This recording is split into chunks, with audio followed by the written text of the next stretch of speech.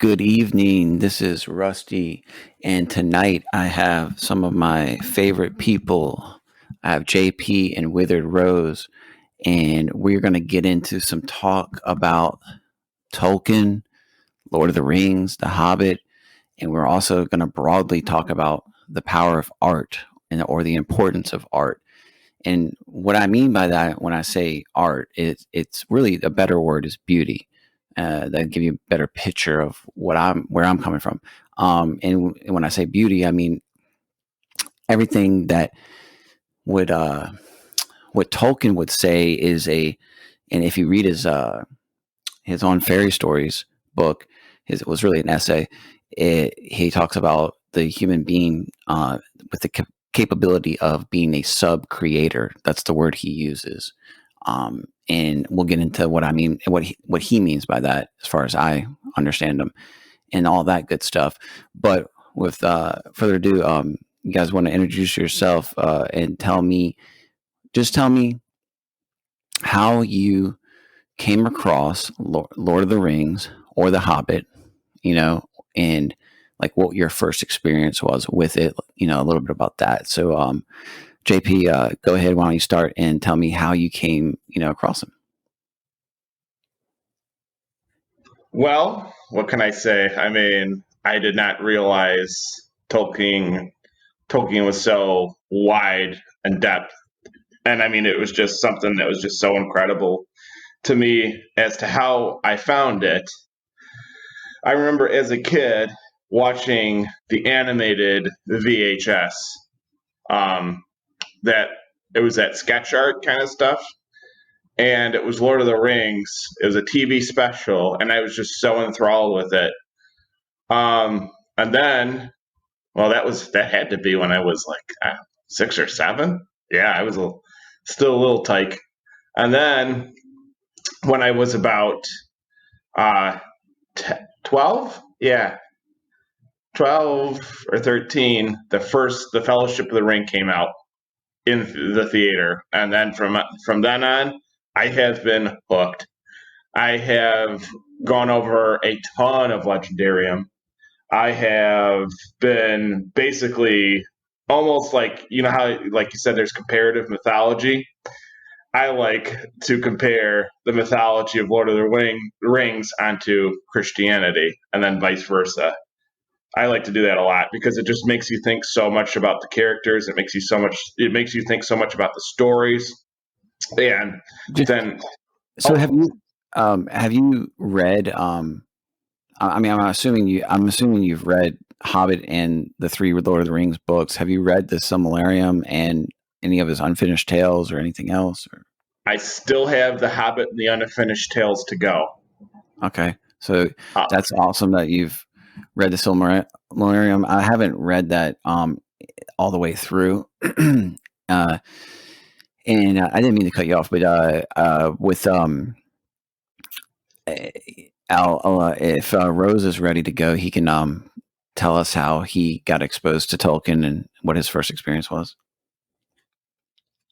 Yes. So, hi, I'm Withered Rose. I run a small channel on Telegram called Voice of Tradition, and I got into Lord of the Rings after Harry Potter. Actually, I started really reading in elementary school with Harry Potter, and after I finished that series, about early middle school, I was looking for something else, and I was really gripped by fantasy.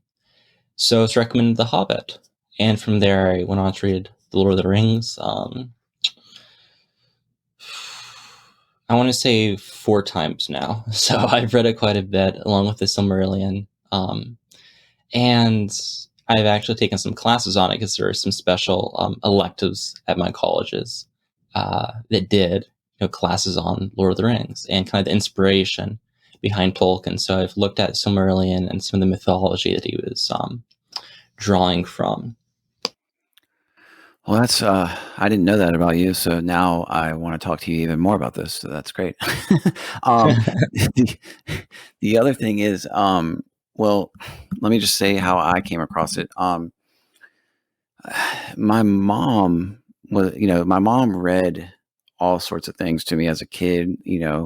Arthurian legends, different versions of King Arthur, Robinson Crusoe, Treasure Island. But she also read The Hobbit to me. I think I was probably about, I don't know, maybe 8. And yeah, my mom would basically read to me up until I was probably about that age. So, I think that's a super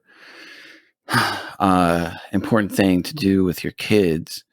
And I think that's also a reason why I like audiobooks, and I really enjoy podcasts, and I enjoy lectures and just the spoken word. And some people will give me a hard time because I don't read enough nowadays, but I'm trying to correct that. But I do think that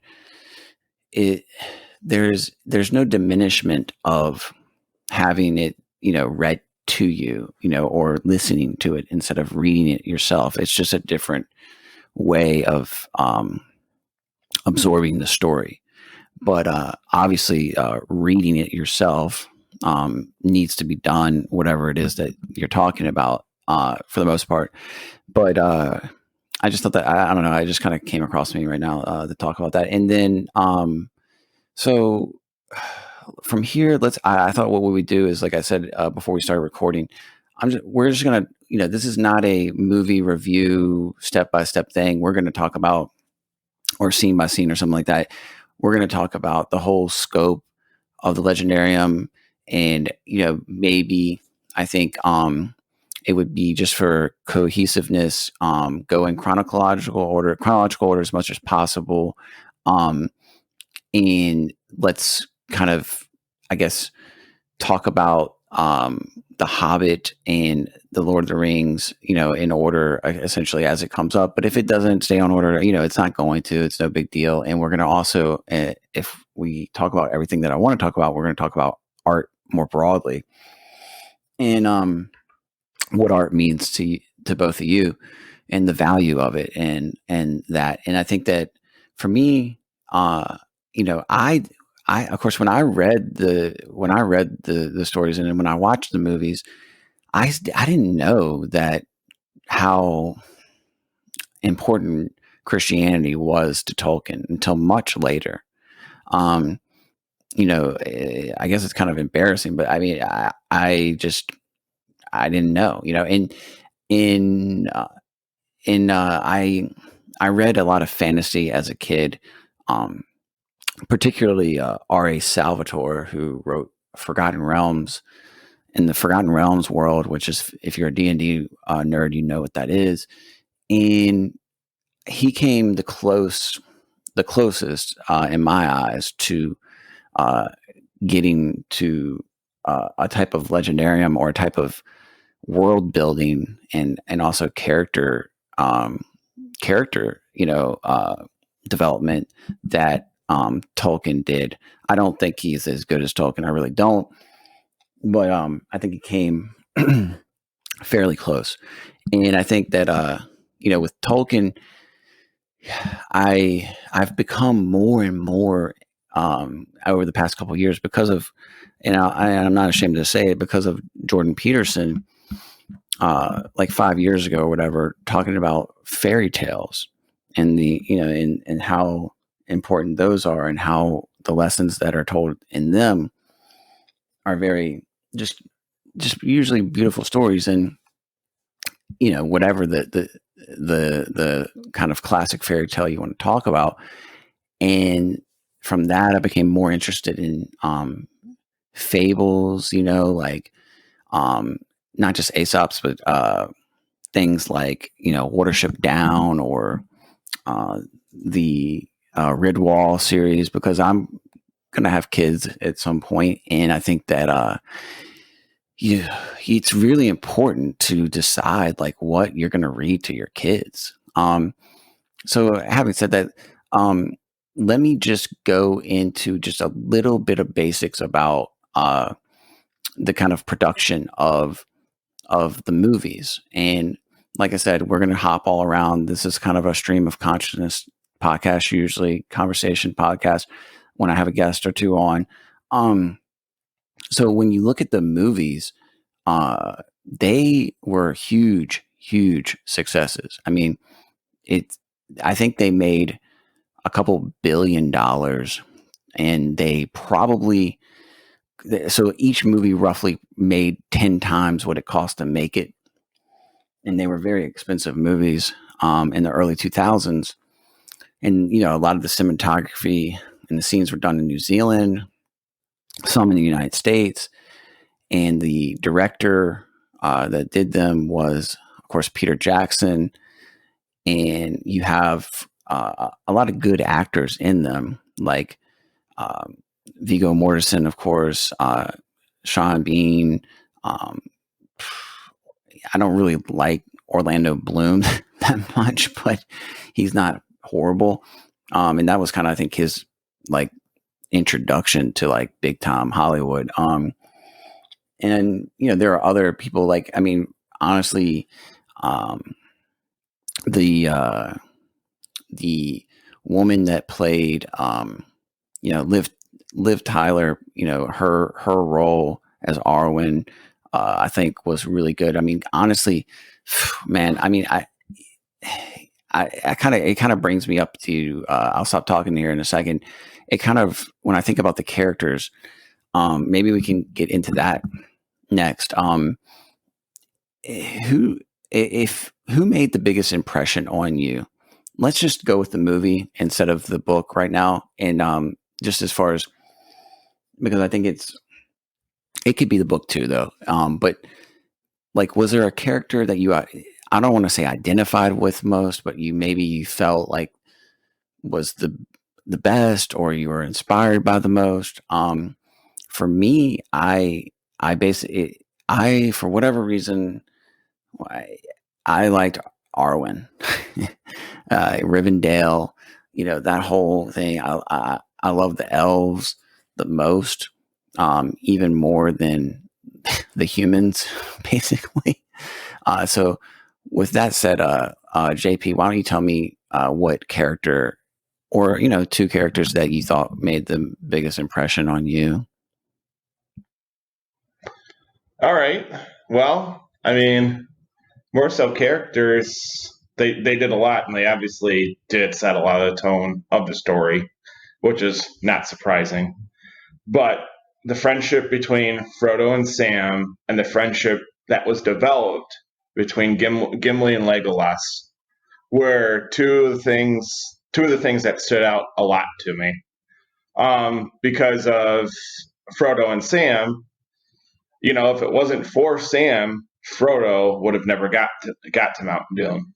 And him being the stalwart friend, the one who never shook when danger was near, the one who never, shirked his responsibility, just all completely on Frodo carrying his burden to get rid of the ring.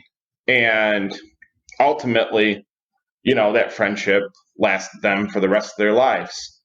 And then, sort of bearing the hatchet, in a sense, Gimli and Legolas definitely, show that no matter what you can do, you can always sow a relationship between, well, the dwarves and the elves, and their long-standing feud of whatever the heck it was.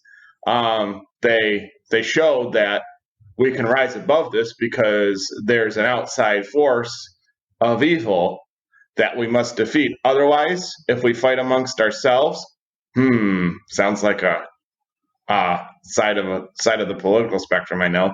But if we fight amongst ourselves, then what good is it?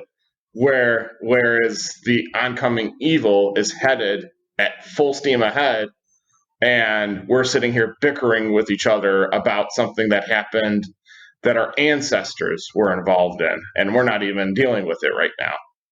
So those are probably the two biggest, themes or things that stood out to me as far as characters go.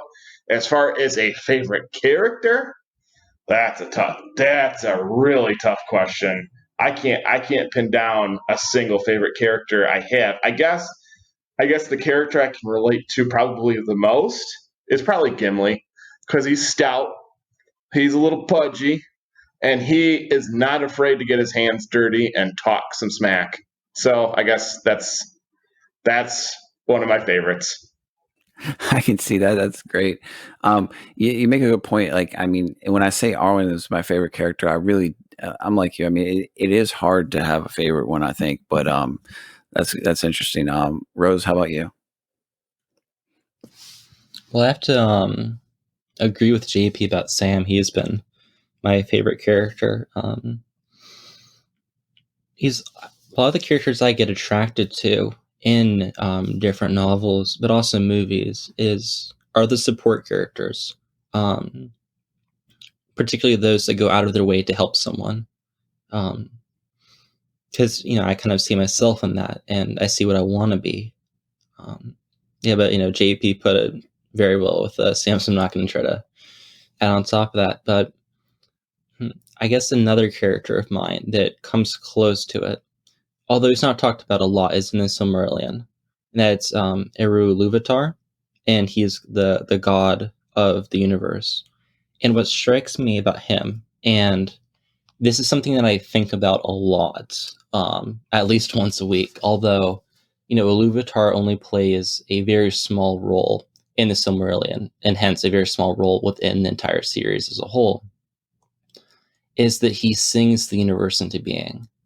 That Iluvatar sings the angels into being, and the angels join in singing, and then there's this chorus that makes the rest of the universe. And it's a really beautiful concept that you also see in The Magician's Nephew with C.S. Lewis. The Aslan also sings the world into existence. And although there's not a lot of character with Iluvatar, you only see him for a very little amount of time. That concept is something that's always stuck with me. Do you ever parallel that with the story of Celebrimbor and him creating the rings and being deceived? As I mean that and a kind of parallel dynamic. Obviously, Iluvatar was I said that completely wrong. Was the one who breathed life into the world, whereas Celebrimbor breathed life into the world, but for its own destruction, and he was deceived, obviously, by Sauron. But in a way, they kind of interplay. They kind of play off of each other as kind of Iluvatar was the one who created it and was the progenitor, and Celebrimbor was the one who would, unbeknownst to him, bringing it to its ultimate doom. Well, maybe. Well, right, there's that mirroring going on. In a way, breathing the rings into existence could have been, a beautiful addition to the creation of Iluvatar. It makes you think, what's the role of the novelist? The novelist is also, picking up creation where God left.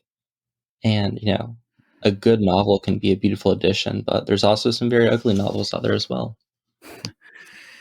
Yeah, and that kind of reminds me of the notion of in Tolkien's on fairy stories, his essay somewhere on there, he basically references the importance and of just the adjective, in language, and how just for example, how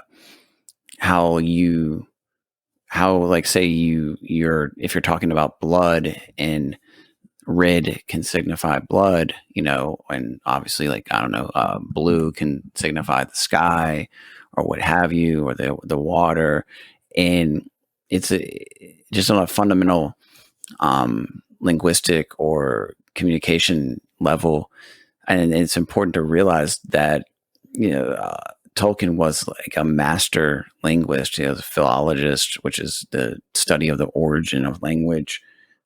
Besides being obviously a mythologist and a historian, I mean, the way that he was able to, he basically just created whole languages. I mean, really, and his son. I always thought it was cool that his son, Christopher, took on the project that his father left behind when he passed away, with the continuation of a lot of things, and getting things published that were unfinished. And it, to me, people talk about how living in your father's shadow, or trying to break away from your father or something like that, and be your own person. But also, it's something very beautiful about continuing, your father's tradition, continuing your father's, art, and embracing it, and helping it, helping to plant more seeds, if you will, and helping to, at least water and nurture what's already grown. And I think that his son Christopher is a wonderful example of that. And you have a lot of like his letters. Tolkien, of course, was he wrote his friends letters all the time. Him and C.S. Lewis famously had a really good companionship. There's just so much about the man himself that really fascinates me too. And I don't. When I think about characters as well, another character that I didn't bring up when I said that my favorite one was Liv Tyler's character that she plays, Arwen. I also like Kate Blanchett's character. Is it called Galadriel? I don't know how to pronounce it necessarily. Somebody can help me out. I think. Yeah. And she, and correct me if I'm wrong, I mean, she basically, she's in the Lord of the Rings, of course, but she's also in the Silmarillion and the Unfinished Tales. And it seems like she is, I mean, is she essentially an angel? Is that correct or no? I don't know what. I don't know what the best characterization of her is, really. Pretty much. She's what's called a Maiar. So you have Iluvatar, who's god. Then he has the first creation, which are the Valar. Think of them as like the high-ranking angels that sit around his throne. Then you have the Maiar, which gets sent to Middle Earth to guard it. And Gadriel is one of the Maiar, along with Gandalf. And believe it or not, Tom Bombadil is a Maiar as well. Oh, okay, shit. But it's actually the most high-ranking Maiar, if I'm correct.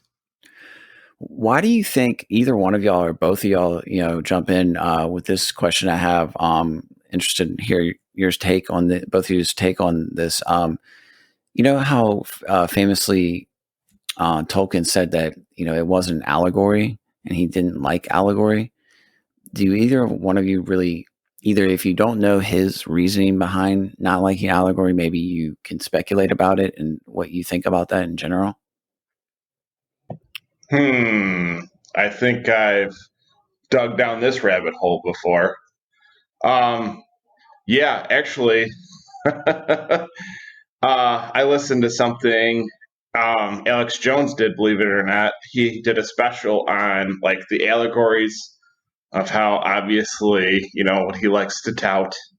And how Tolkien was so against his literary works becoming like propaganda and becoming something that it wasn't intended to be used for at all. And obviously, we can make allegories with almost anything because we're human, and that makes sense. Like you could I don't know if I'm going to say it, allegorically categorize Sauron to like Darth Vader. That's an easy thing to do. And then one of those things where you could even go deeper and you could compare Melkor to Emperor Palpatine. So it's one of those things where you could just keep going with it. And it was funny to see those Lord of the Rings memes. The Eye of Sauron as basically like, pick your alphabet acronym organization that the government is control of, and then you have the rest of the people in the meme are fighting amongst each other, whereas the Eye of Sauron is looking on everybody. So I always thought that was fascinating. Yeah. Yeah, I see what you mean.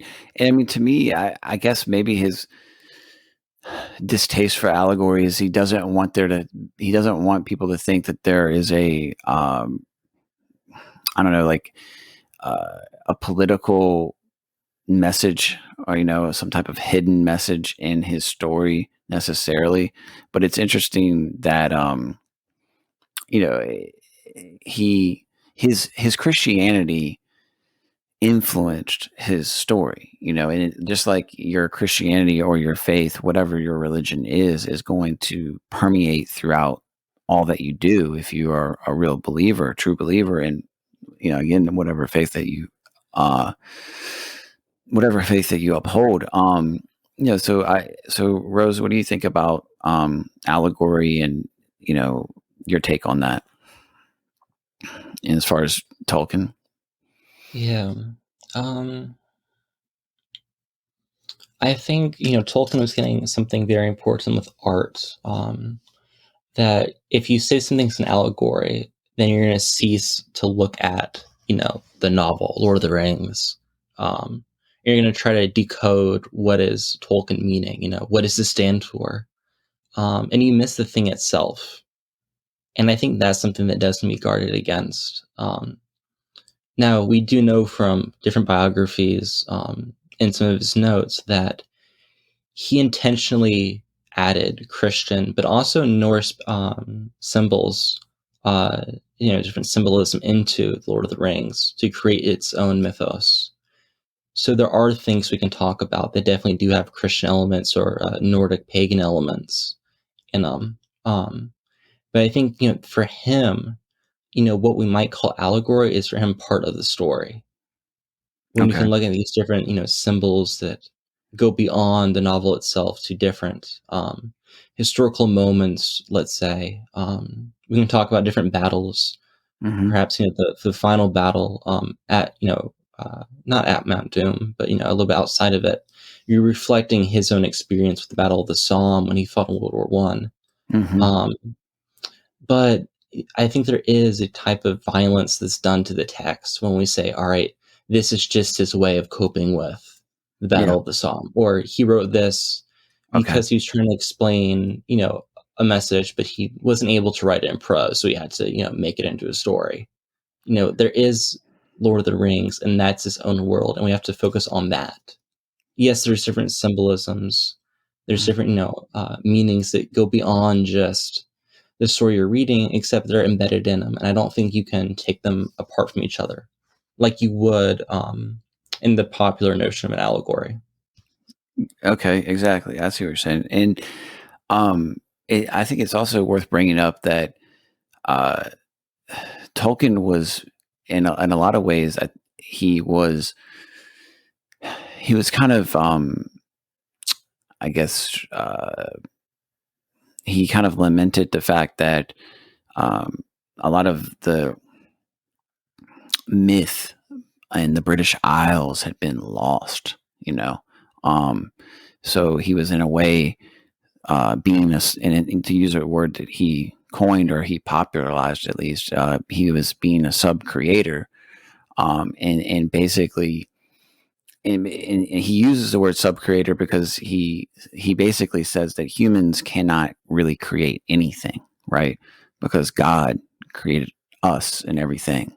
And so, but obviously, a human being is capable of something like creativity, or what we would commonly call creativity, but that he likes to say is being a sub-creator. And in that, he, you have Beowulf, and he was a Beowulf scholar as well. They worked very diligently on, but that is a Germanic myth that, of course, and most people know, but just real quick, I mean, England was periodically, in early medieval history, being, for lack of a better word, overrun with Vikings or Nordic people, and also Anglo-Saxons, famously, right? And then later the Normans. So again, a lot of the kind of home-brewed mythos was lost, and he wanted to kind of create something for England. JP, I think you want to say something. Oopsie, I hit the button on accident. Well, yeah, I mean, and just to kind of piggyback off that, I mean, I thought it was, I mean, there is this whole legendarium, this whole world that he's created, and he's and the story and mythologies behind it, like just not just in the Silmarillion and in the Lord of the Rings themselves, but in Unfinished Tales. I mean, it was just a never-ending project that he had, and just it could go on forever, really. The depth to it and the different layers to it, and I think that it's kind of I guess it might make sense to talk about this now. When both of you are practicing Orthodox Christians, and I know that some even Orthodox Christians have misgivings about literature and let's say, biblical story. I know you guys don't, and I know a lot of people don't either. But it's out there. But and I, full disclosure, I consider myself a Christian, and I am also on the path of, I like to say, like Kierkegaard, that I am becoming a Christian, and I think that it's going to lead me into Orthodoxy, but I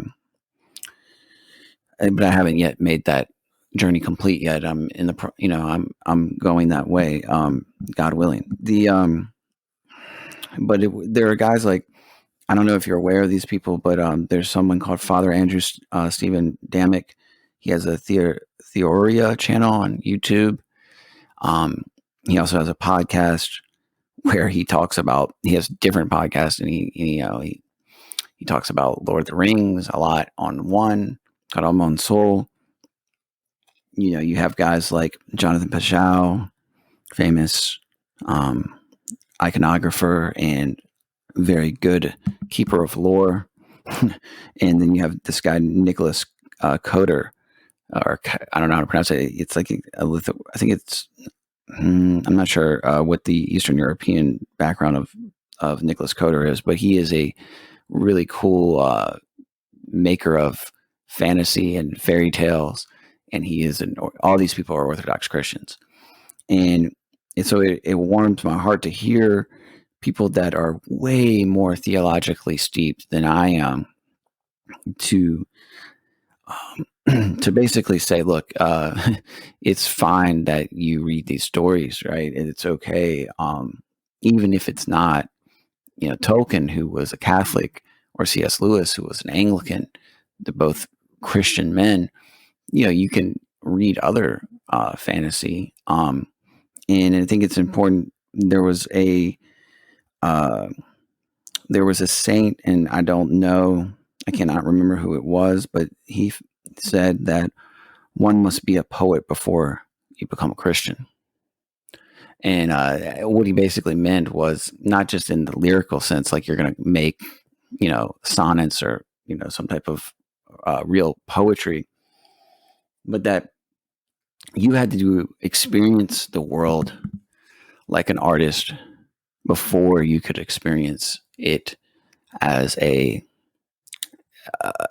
Christian, or let alone a saint. So I know I just said a lot right there. Anybody can pick up where I left off, and let me tell us about what you think about that stuff that I just said, if you follow.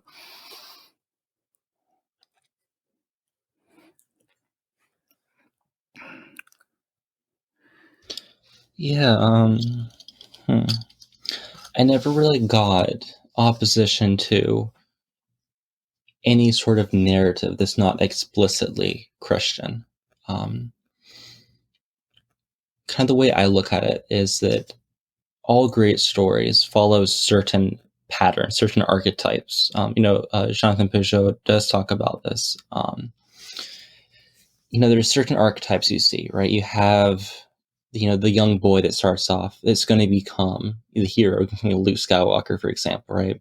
Or Bilbo or Frodo, always young, a bit naive, and gets thrown into a journey or a battle that he's not prepared for. And then you have, an older figure that's going to be his guide, Obi-Wan or Gandalf, who eventually is going to pass. Although, for Gandalf's case, he does come back as, a guidance figure for somebody that's more mature. And you see these archetypes extend throughout literature, throughout mythologies, throughout films, all the different classics, right? The top 100 films of all time, especially within the fantasy and the action, the adventure, the sci-fi, they have these archetypes. And okay, how does this deal with Christianity? Well, there's a sense in Christianity, both East and West, that in the mind of God, there's archetypes, there's certain plans for how the world was to be made. And now, this isn't, going to get super theological, or what's the difference between St. Maximus the Confessor's version of this versus Augustine's versus Thomas Aquinas. But the idea is, the commonality between all these different, variations upon it is that in the mind of God, there's certain patterns for how he's to make the world. And you can find these patterns manifest throughout history. And I think you can have a link between the archetypes you find in good stories with archetypes found within the mind of God. Christians have always maintained, at least, actually, no, yeah, even back to the first century with Justin Martyr, that God is not simply beautiful, but he's the source of all beauty. And when we find a good story, I'm inclined to say, when we read a good book, we're saying, whether explicitly or not, this is beautiful, this is worthy of admiration, this is something that shines out as beauty. And if God is the source of all beauty, that means he is in some way connected to that story.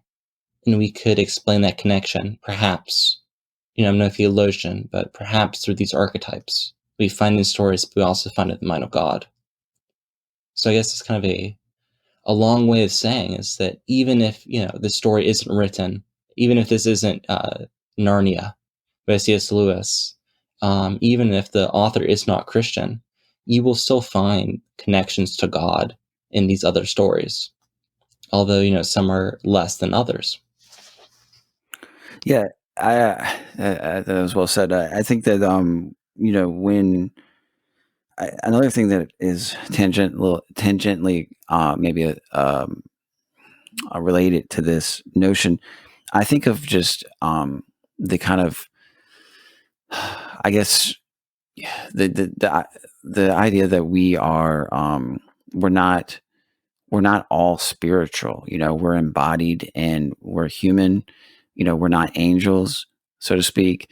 We don't just learn through prayer and the liturgy. Although those things are very important, critical even. We learn through parable and story. I mean, isn't that one of the reasons why Jesus, the Son of God, used story so often? And if he used story, then certainly us being, earthly creatures can learn and become Christian and be good people and communicate and get on the right path through story as well, I guess is what I'm saying. And I just, the reason I bring it up is because I've always wrestled with the fact that, I'm not going to become, I'm not going to become a monk, maybe in later life, if I'm able to, I could become a deacon. I'm not going to be a priest. But I guess what I'm saying is, in the Orthodox, this is one of the things that I like. Again, I know that this podcast is not necessarily about theology, but theology is going to, like I've said before, is going to weave through me and what I do because I'm a Christian. And so bringing it up in something about Tolkien and Lord of the Rings makes perfect sense to me. But when I think about, I'm wrestling with, in the Orthodox Church does this the best, in my view, the idea that you have priest of the white and priest of the black. And I might be saying that, but what I mean is that there's monks, that are celibate and do not have family, and there are priests that do. And we need both. And I think that, it doesn't take away from you it doesn't take away from your grace, from God's grace, or being a Christian, to be embodied, in the here and now, and have, it's Gnosticism when you deny the body completely. Like, we're not going to just meditate and never eat, or never care for the environment around us and so on. Like, so I think that what art does, and what something like Lord of the Rings and The Hobbit and other stories is, it goes back to the fact that we are, we're fallen, from the garden. We are imperfect humans, but there's certain things that point us towards goodness, and one of those things can be, like Rose said, the archetypes that point to eternal truths. But beyond even archetypes, when you see something like the how, like, somebody that's naive, whether it's Bilbo, in his beginning his journey, which famously Campbell would call it the hero's journey. The whole development of him, from starting off in the Shire to becoming a fully competent and even brave individual is like very inspiring, and I think it's easy to dismiss fantasy and fairy tales as childlike, but there's also something to be said for remembering that the kind of phrase, like, when you become an adult, you give up childish ways. But I kind of think that it's also childish to think that you're never going to remember the kind of giddiness and childishness that you had as a younger man or a kid, to move you forward in a kind of hopeful way. You don't want to be a naive boy forever. No, I'm not saying that, but I'm saying that there's something about that innocence that you want to just hold on to, especially if you want to have kids and nurture a family. I think it's good to, it's just good to, it's okay to be, kind of, boyish at times, for lack of a better word. And I think that rereading these books, and coming back to these stories and the movies and everything is a good thing. It's like why I did a podcast on, with JP on Star Wars.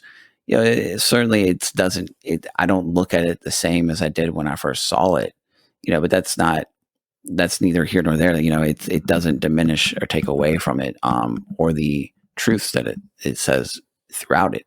And it's kind of interesting because in a lot of ways, fantasy in general allows the writer or the sub-creator or the creator of the story to, build an entire world where, almost anything is possible. And you see this in science fiction as well.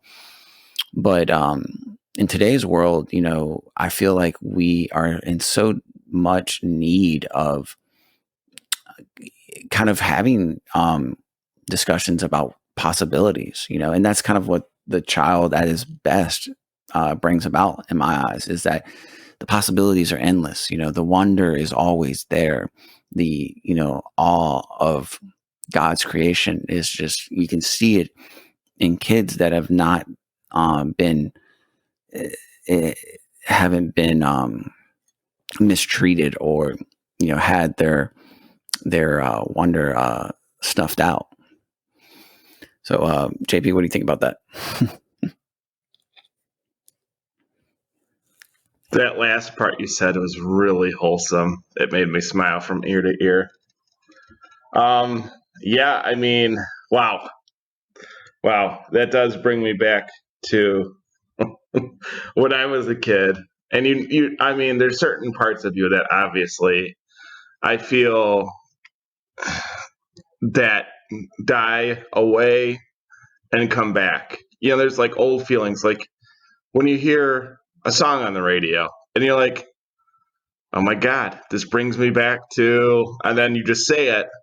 And then all of a sudden somebody else goes, oh, no kidding? Well, I was here. And then the whole conversation erupts. And then you're just talking, like you were best friends for hours. And it's one of those things where the wonderment of a child does shine through. It does show that there is a God, and it does show that you can enjoy things no matter what age you are. And you obviously don't want to go, into the world on your own, not knowing what the heck's going on and just being a naive fool. And, but that's an archetype. That's also an archetype. You can't just be like bumbling from thing to thing and just be, happy-go-lucky and, joyous all the time, because ultimately, as Bilbo did go out into the world as a naive, brash boy, he returned a man, a hardened man. And with that, he saw the world and the danger that it had around it, especially with the danger of the ring, and was very aware of the fate that could await him. And the thing that he kept hidden for so long, came out in the open again. And that kind of evil, as an old man, he didn't want to revisit it because he knew of the memories that could have come back, that could have came back out of him. And he didn't want his nephew Frodo to see any of that. He wanted to keep Frodo away from that. But ultimately, Frodo, just like you said earlier, kind of living in, I know Bilbo wasn't technically his dad, but in a lot of ways he was. There's Bilbo living in the shadow of his uncle and having to retread that same path. And then, in a sense, pick off where Bilbo left off. He had to take it. He had to take it all the way home and complete. Well, it should have been completed before, Frodo was even a twinkle in his father's eye. So the thing of it is that it's like with that eternal truth, and as Rose said earlier, how the mind of God works, and us being, Orthodox Christians, we do think about God and theology quite differently than just your regular good old milquetoast Christians.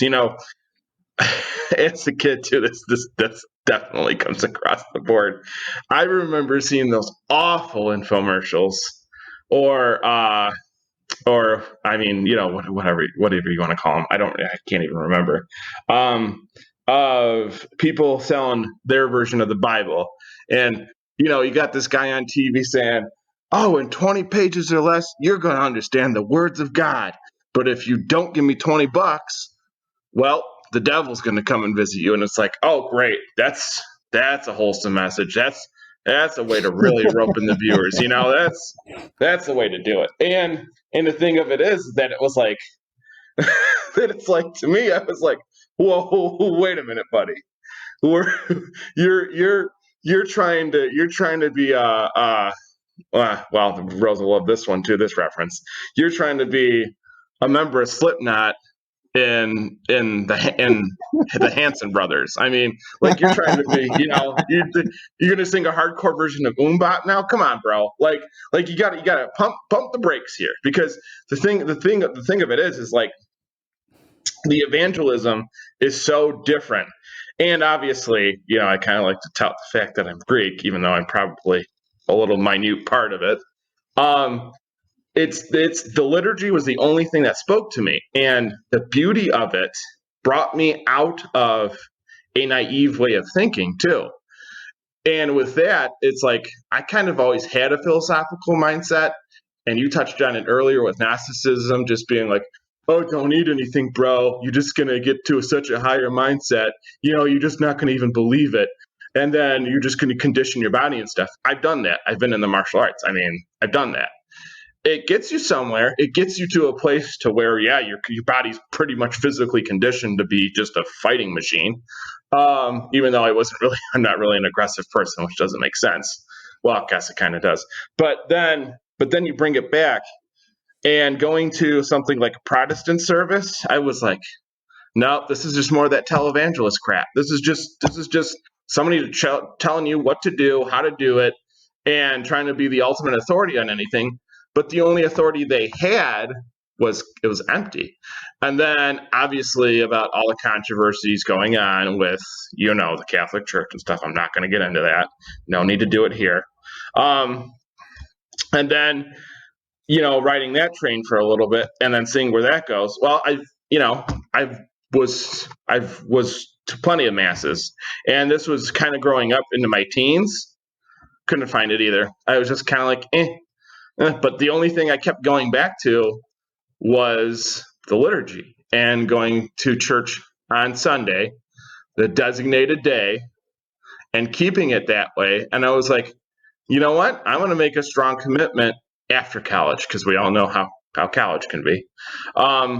And being, you guys are a little bit more highbrow than I am on that aspect, but into getting into some kind of mode, some kind of mindset to break away from what was a naive boy into a man, and realizing, well, I've had certain archetypes in my life set out before me.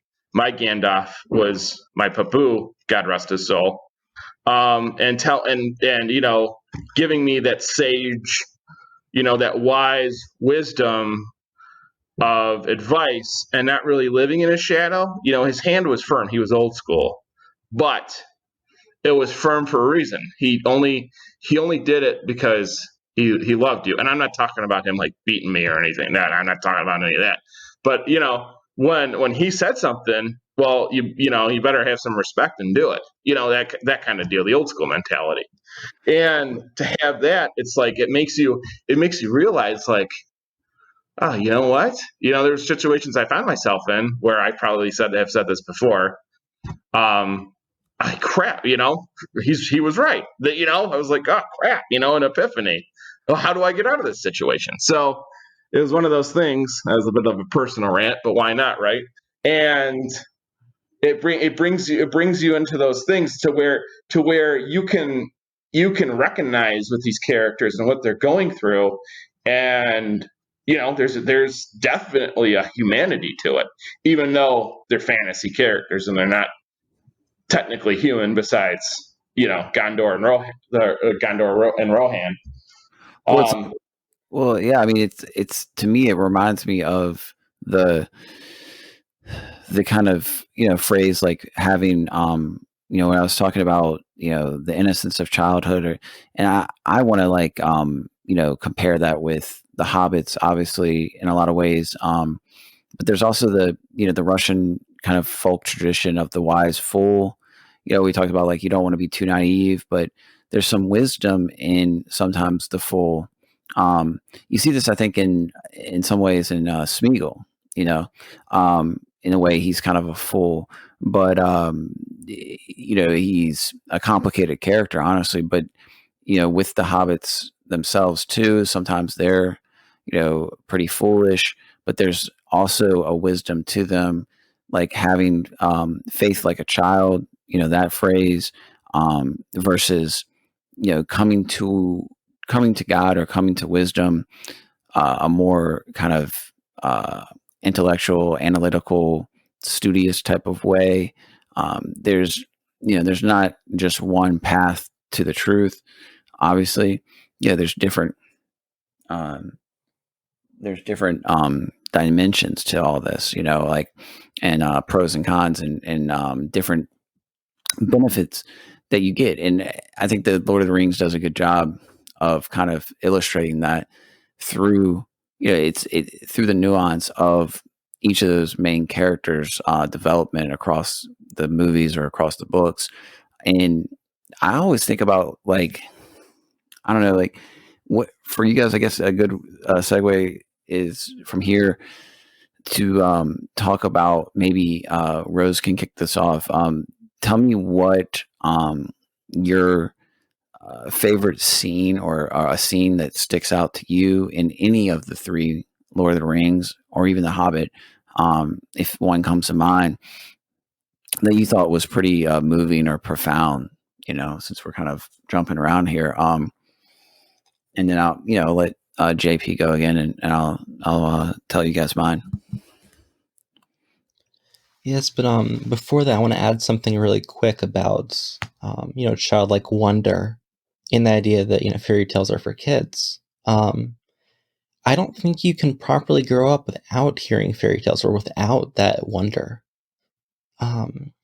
There's this novelist named Iris Murdoch, who also happened to be a philosopher, and one of the things she said that stuck out to me, and what has made me start reading more novels as of late, is that the moral life is one of choosing. We become moral people by choosing the good and rejecting the bad. Well, we can only choose what we can see. And in order to see, we need to have aids.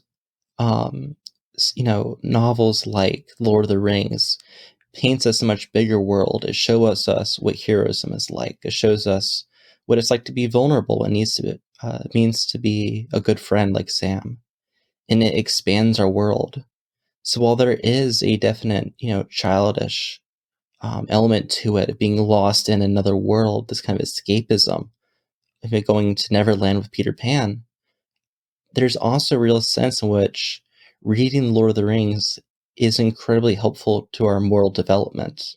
And I can't think anything more adult, more manly than that.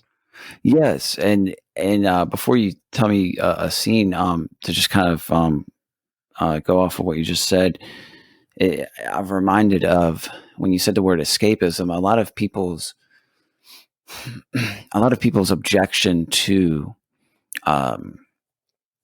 reading literature or novels or story is that they'll argue that it's not practical, or it's taking you away from, maybe it's taking you away from, going to church, or it's taking you away from being a father, or whatever your obligations are, your job. I mean, you could just, the list is endless why people could have objections to it, and classify your reading or your watching, dare I say, of a movie or a film or a TV show even.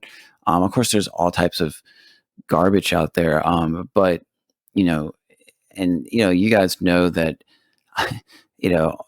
on the internets, let's just say that, I'm kind of known for being the movie guy or whatever, but, hopefully most people that listen to this podcast know that I'm a little more than that. But the thing is that, with escapism, and I've been wrestling with this idea too. To me, I've never thought that, that literature takes me away from God. Like I said earlier, I just don't buy that. But I do think that it is an interesting question about getting drawn into something, whatever it is. It can become a distraction, and it can take you away. And then it's like, okay, what are you doing here? With when you're reading these stories or what have you. And Tolkien even talked about this, that, because he kind of foresaw that an objection, a serious objection to his writings, or any writing that's not biblical or theological, or practical could be labeled as escapism, and he thought it was utterly ridiculous that people would say would object to something because of escapism. He kind of turned it around on itself and said that, basically there's nothing wrong, even if you want to call it escape, that there's nothing wrong with it morally, intellectually, physiologically, that in some ways it is necessary. And I don't know what you guys think of that. JP or Rose, go ahead. I mean, I could definitely relate to that, and not like being as inundated about stuff as you guys are when it comes to literature or reading and stuff. A lot of my escapism kind of at an early age came through like video games.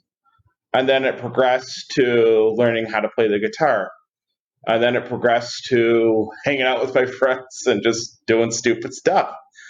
But as far as like maturity goes and trying to catch up to some of this stuff, I do find some escapism in it. However, I never find an escapism in like a quest for knowledge or like a thirst for knowledge, or always trying to be hungry about learning something. Because obviously with video games, you do have to learn how to problem solve. And then by playing the guitar, you got to learn how to read notes, how to learn scales, how to correlate, what chords go with the scales. You got to break things down, and you got to build them back up again. Well, we all know how productive going out with your buddies and doing stupid stuff can be. But as far as that goes, those are interpersonal relationships, and those are some of the best friends I've ever had. So that wasn't time wasted, even though the wasted was time. As far as the Tolkienism goes, that's probably one of them. But it's one of those things where you understand on how, I guess, different avenues can take you, and to where life can take you. And having, the wisdom of my grandparents was invaluable. I mean, it was something that you just have that with you, and you carry that with you, and that permeates so much through as to obviously an older generation speaking to me. But that generation obviously comes from somewhere, and as we all do, it comes from a source.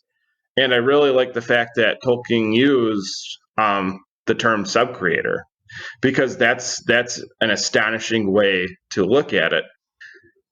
Because when I go into, like, you guys will know, I'll go into a church father diatribe, and because I'll only do 4 quotes of probably some of the heavy hitters.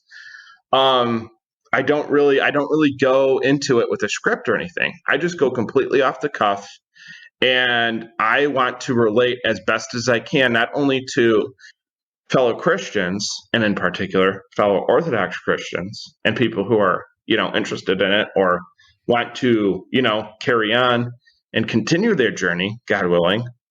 I want to relate to somebody who just doesn't know anything about it and wants to find some kind of inspirational quote online and go, oh, I'm glad I just listened to 5 minutes of that guy ramble on about God knows what, but now I know, because of God, that he has a point.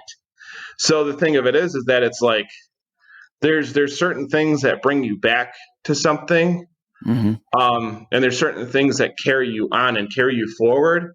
And obviously, we're always in that kind of, not to get too theological context, but we're always in that hypostasis of being. We're always something. We're always something. We're always doing something. And then I like the fact of what Rose alluded to, of what that philosopher Gail said. I mean, that was really cool. That's something that definitely makes you think. But so does it sound? It sounds like you're saying, not to cut you off, but I mean, it sounds like you're saying that JP, that even if you are escaping, whether it's you personally or somebody else, if you talk about somebody else listening to you, doing, your voice of tradition, or your Christianity page, which, by the way, all their information and that thing will be in the show notes. So there'll be plenty of links to come at the end when I publish the podcast. But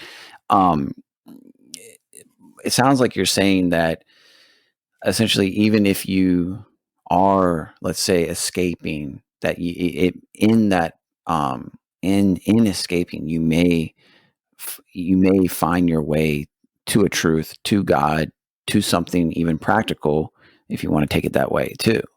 Is that kind of more or less what you're driving at? Well, and see, the thing is like I grew up more so in the athletic realm. I mean, playing hockey, playing football, always being involved in the martial arts gave me a purpose. It gave me a sense of drive. It gave me a reason to go and accomplish things. I wasn't, the greatest student in school either. So it's kind of a miracle. Thanks be to God that I even graduated college, but that's a whole nother podcast. But the thing is that it's like you find ways to adapt. You find ways to get something done. And yeah, with that escapism, it was nice every once in a while. Don't get me wrong. It was nice to think about, sipping cocktails on the beach, as a young unmarried man, with a hot babe. But as now a married man, it's nice to think about us going up north and, going to a cottage somewhere up north in the Great Lakes state, and just being able to just be away from something, be away from all this, technology, be away from the rigmarole, be away from, well, not so much, you can't ever be away with the responsibilities that we have, but it's one of those things where you find it in different, I guess the word I'm looking for is you find it in different modalities. You find it in different aspects. Like when it comes to playing video games, I feel like I've just completely outgrown that. Now I have absolutely no use for them. And I'm kind of glad I do, because the wasted time on me playing something like Madden and running the same play 10 times in a row to get to the end zone to score a touchdown, nobody's excited about that anymore. Like that doesn't serve a purpose to my life anymore. But the thing of it is that it's like one of those things where you just continue it on. And talking about carrying the ball, I mean, who else better to hand it off to than the man who can wax philosophically for, as long as he can. Go ahead, Rose. Oh,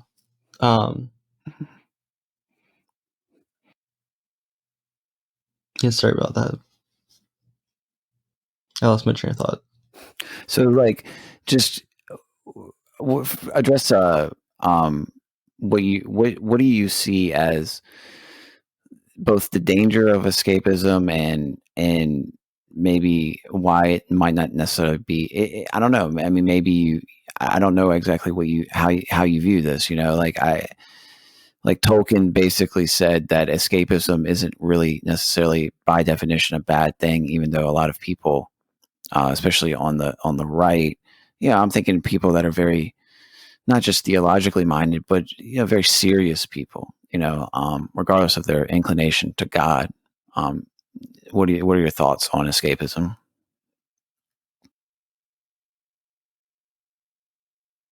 And in its connection with literature, and in its connection in reading, stories. Yes. I haven't thought too much about escapism. If I'm perfectly honest, I know some people say, "Oh, why are you reading a book? Get out into the real world. Stop going to escapism." But I guess I would just kind of reiterate some of the points made earlier about the archetypes or about expanding our moral vision, our moral imagination. I don't think reading a book is escapism. Going into a different world, all those in our world is an important thing to do. Mm-hmm. Okay, that makes sense. And so I'll start it off with the scene, and then we'll jump back to Rose, and then JP after Rose. And if you want to do two scenes, like I'm not crunched for time. I just realized that we have. I don't care if we go for 3 more hours. I just know that I want to cover so much in this podcast. So with the Lord of the Rings, there's 2 scenes that I'd like to talk about, but I'll only do one right now. First off, the beginning of Lord of the Rings, in the Shire, when Gandalf comes, and you see everything about the Shire. You see the hobbits, and you see their houses and their kind of bucolic environment. I love that opening scene, basically, in Lord of the Rings, and I love it so much that I will go back to it and just watch that scene. It's probably about less than 20 minutes of that in that first movie. And okay, so why do I love it? Well, I think that it again goes back to how the hobbits are living, and I'm not the only one that thinks this or says this about them. They're kind of, scurrying about, going about their day. They're kind of highly social creatures. They're very much into almost borderline gluttonous behavior. They love to party, they love to drink, they love to eat. They love the finer things in life, type of thing. But a lot of it's still, to me, fundamentally wholesome. And of course, it could be taken too far, right? Like you could just be enjoying bodily pleasures, and all that, and all that stuff. And Rose says, like, Snickers. Yeah, exactly. I could be, eating, I could be.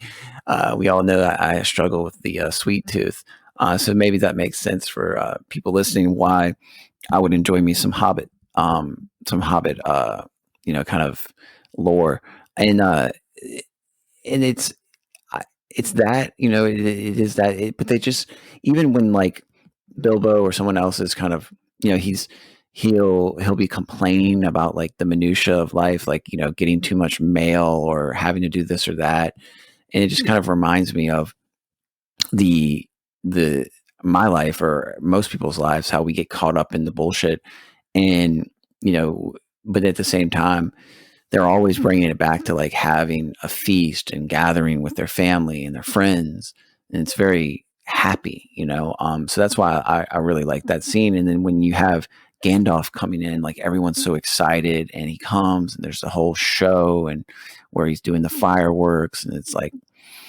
it's very fastidious. It's very just fun, and you even have like the hobbits like being mischievous, right? So they're not only just people that like to socialize and hang around, and they smoke their pipes, and we don't know what type of weed Gandalf is smoking, but we can imagine.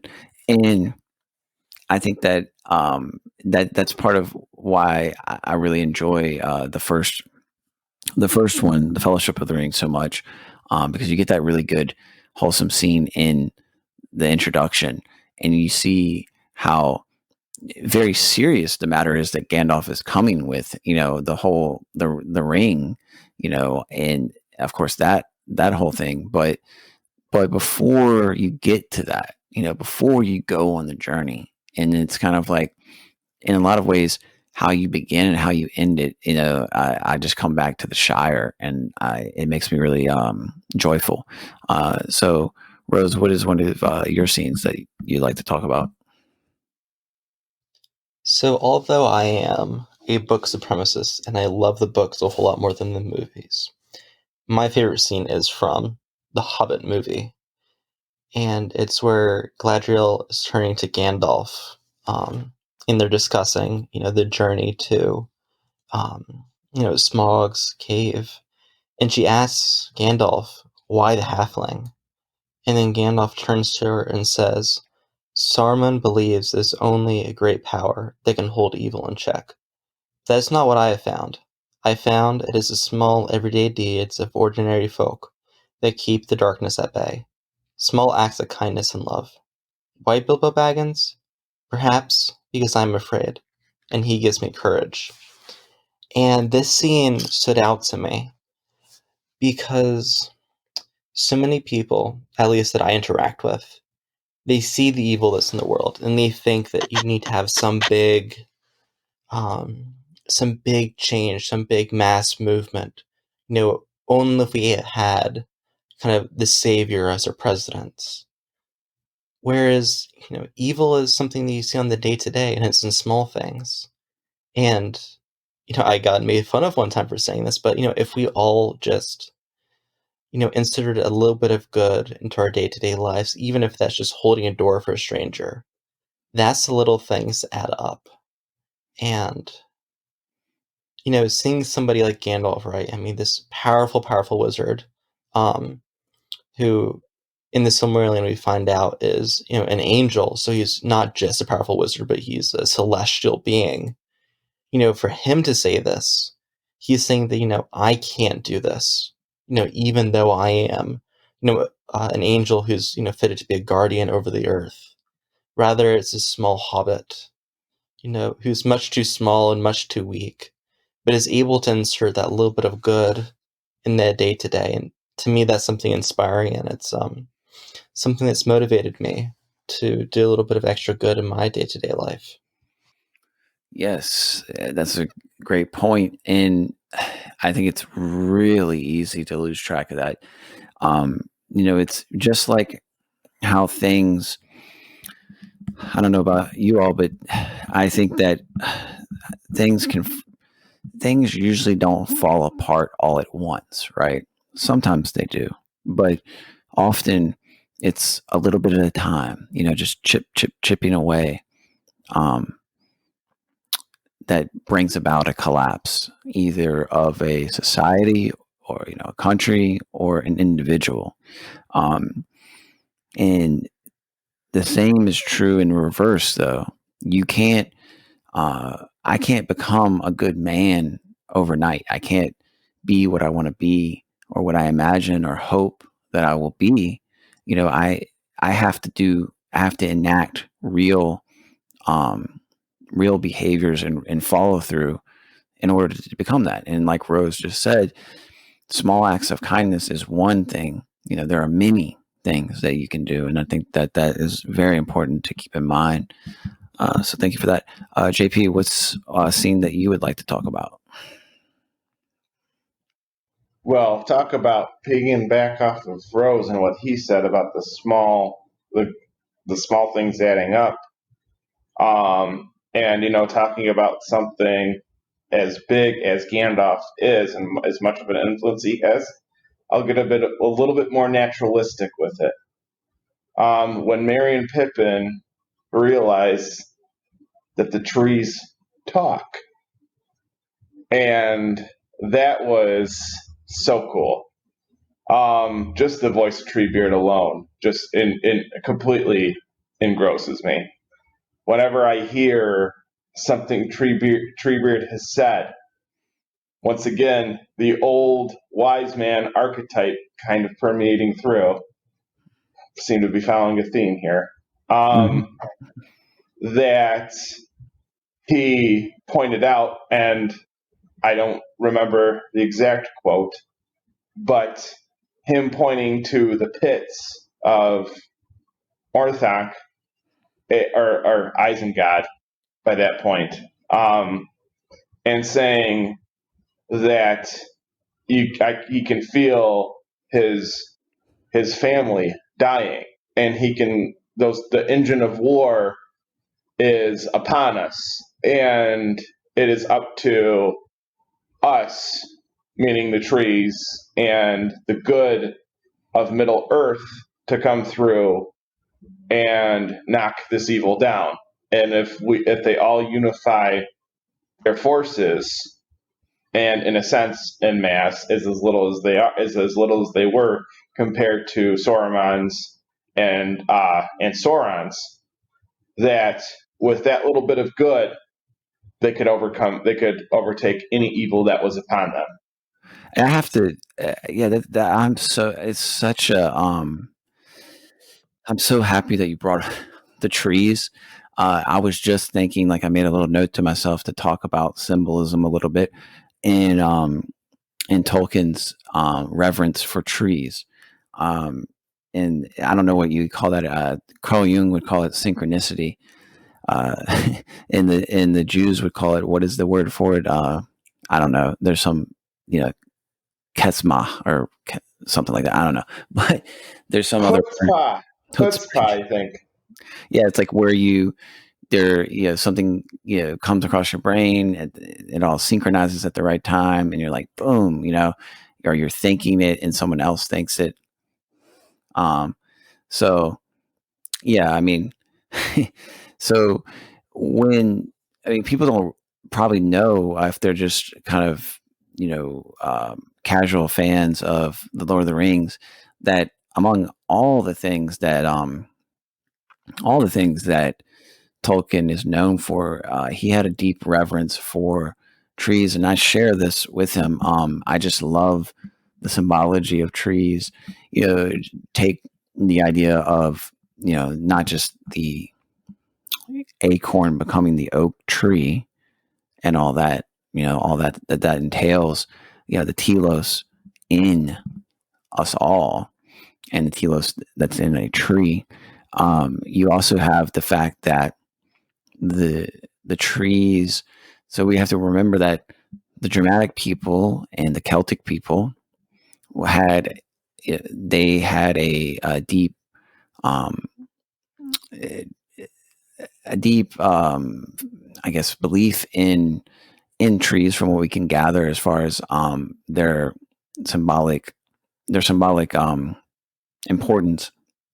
And in the Christian faith, I think that in a lot of ways that the Gothic cathedral, reaches towards the sky, just like the trees reach towards the sky. So it may be incorporating that in some type of way. And I think that it's also with Tolkien very much a thing with him seeing destruction of nature and modernity, and with industrialization, and remembering that he came out of the early 20th century, and everything was in flux and everything was changing rapidly, and you had not just World War One, which was of course a seminal event in his life. You know what I mean? He was in World War One, and if you were in World War One, there's no escaping that reality, and how much that would wreak havoc on you psychologically, physically, everything. And when JP brought up the tree, and also the motif or the archetype of the old wise man, it speaks to that. And so you're dealing with one layer after another, just one thing that you can kind of unpeel and unpack with the just richness of something like a Tolkien story or a Tolkien novel or a Tolkien film. And I think that with that, I'll go ahead and give another scene, and then we'll go back to JP and then Rose again. I think that another scene that really sticks out to me, and JP can help me out remembering if it was the Fellowship of the Ring or the Two Towers, but the scene I'm thinking of, I think it was the Fellowship of the Ring, but it's when Gandalf is taken prisoner, and he's in that high, he's up on that high, I don't even know what it is, like a burnt out husk of a tree or some pole, some huge pole sticking up in the air. he's there, and it looks like all hope is gone. Everything's looking really dark for not just him, but the hobbits themselves, and getting the ring and everything that goes into the story. It's just looking bad. You know what I mean? And he is he's desperate, and he calls he calls some type of, he doesn't have his staff, and maybe JP can help me out here with why his powers are not strong without the staff that he has. Like, it's almost Well, in the Fellowship of the Ring, if you remember, they were in Barad-dûr, and that's when Gandalf fell with the Balrog. Yes. And he's the famous, you know what I'm going to say. I got to drop it. Do I have to say it? Do it. You shall not pass. Yeah, it's a great scene. It's a great scene. And it was so cool to see the Balrog, like, just as, like, how you, like, read it in the book. Like, you don't imagine that kind of intensity. And then just to see it kind of, like, come to life on screen, you're kind of like, whoa. It's just like... That's a positive about the film, is that, like, I'm sure that most people prefer the book over the books over the films ultimately, but one of the great things is, like what you just said, is that you get to see what that looked like, and we all have, with any book, if it becomes a movie, we have our own imagination, putting it together, but, like, sometimes it really does it justice, and I think it did there. But yeah, there was that to talk about mythology and, like, symbolism and stuff. The Balrog was the, like, antidote to the Maiar, and they were fallen Maiar, if I remember correctly. And it's kind of like with Ragnarok, with the Norse mythology of Ragnarok. And then I remember in the movie, literally Thor Ragnarok, he well, I guess you could call him. Well, I guess he is a demon, but the big bad baddie comes back, and the only thing that could kill Thor and Loki's sister Hela is the destruction of Ragnarok, because Hela is literally the goddess of death, and the only way they could have killed death was with eternal destruction. And that was kind of one of those things where kind of tying those things back together, and CGI and stuff. It's kind of cool to see that all come on screen, and you never thought about that. But then it was actually in the Two Towers when Gandalf came back, and Gandalf came back on a translucent white steed to help out Helm's Deep right at the end, when everything was going south on him. And all of a sudden, riding out into the dawn, Gandalf comes over the hill and has a massive army behind him, and they catch the the army of Isengard from behind and win that battle. As far as Gandalf being imprisoned, I believe that was the tower. That was Isengard. Mm-hmm. So he comes back as a Maiar does. And what does he call for help? And it's like a little thing. Yeah. But what is he? But he gives it the message through, like, it looks like a butterfly or a moth or something, right? Oh yeah, yep, the moth. Yep, the little moth. Yep, that I do remember that one too. And he calls out to the Brown Wizard. I don't know I couldn't tell you his first name, but to call on the eagles to help him, because he was the less of the Maiars. He was like the last one in line compared to Gandalf, Saruman, and good old Tommy. He was like the last in line to say, "Oh, I'm not quite as powerful as these wizards." But the thing of it is that he was never like. There's the other part. He was never around in that story. He was never like, you never saw him until you watched The Hobbit, until you see The Hobbit. And I didn't know he even existed until I watched The Hobbit. So there you go. And Yeah. I mean, it was cool to see that all come to it's life. like those. Yeah, it's like it. It's like, okay, there's a big kind of turning point there. It looks like it's Gandalf is done, but he's not. And it's just awesome. The other thing that I think of, just a little scene in the Fellowship of the Ring, is Arwen when she has Frodo and she's trying to get away, and it looks horrible, and she's in the river, and she calls up the water to just kind of rise up and wash them away, again at the like kind of when things are looking bad, and she goes, if you want him, come and take him, something like that. And I don't know, man, the whole like how you see where the elves live, like, is just amazing to me. I guess is it, correct me if I'm wrong, is it Noldor when they go in the first movie Numenor. yeah, and where the elves, the last remnant of them, are still on Middle Earth, right? Those elves. Oh yeah, like the higher elves. They're higher than the earthly elves. Yeah. It just looks gorgeous, the architecture and the buildings and everything like that, and the kind of almost translucent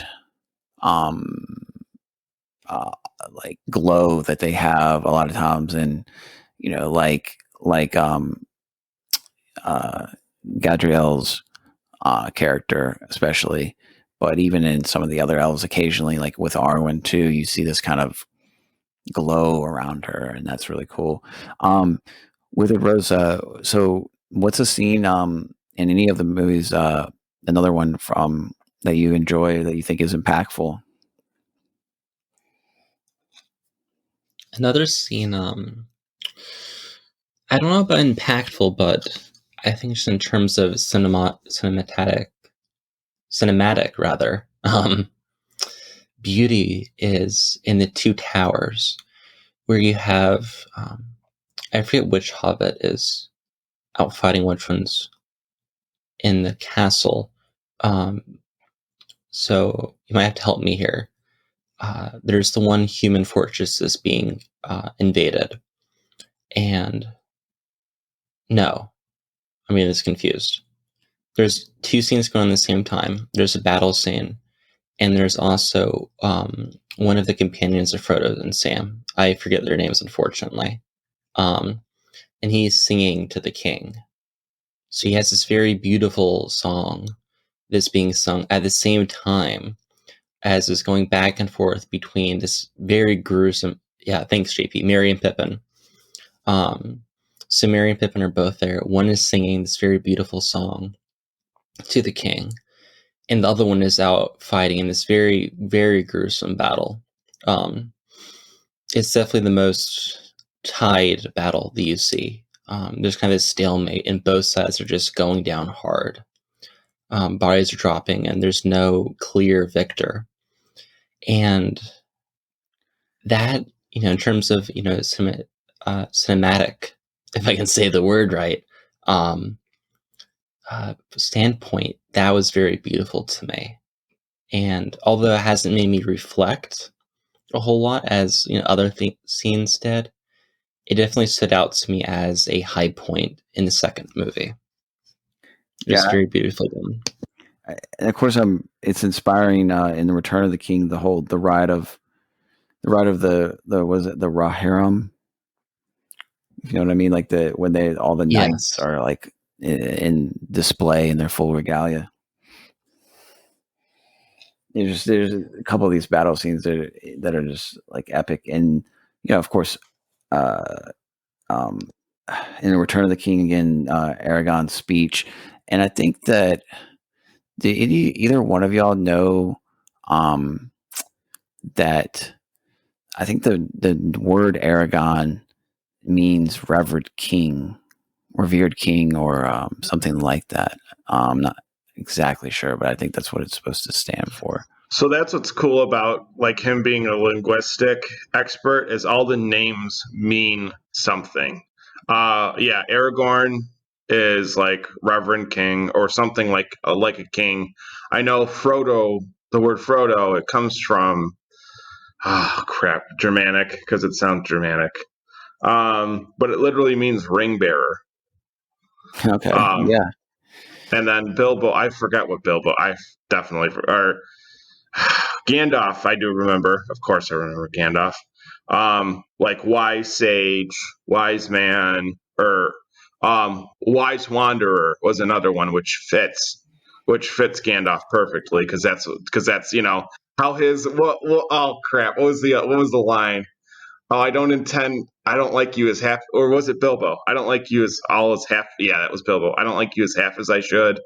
Something or other. Oh my God, that was a cold line. I mean, when he dropped that, I was like, oh, the whole party got lit.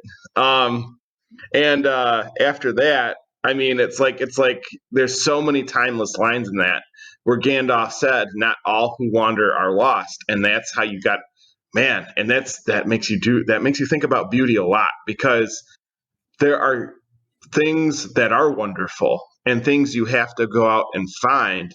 You have to wander for it. You have to stumble upon it in a sense because if you don't, then you'll miss the beauty around you. And just to because we don't, as far as I know, living in a city that has been through the ringer, or outside of a city that has been through the ringer, there's a lot of beautiful architecture still in that city. There's a lot of beautiful things to still behold in that city.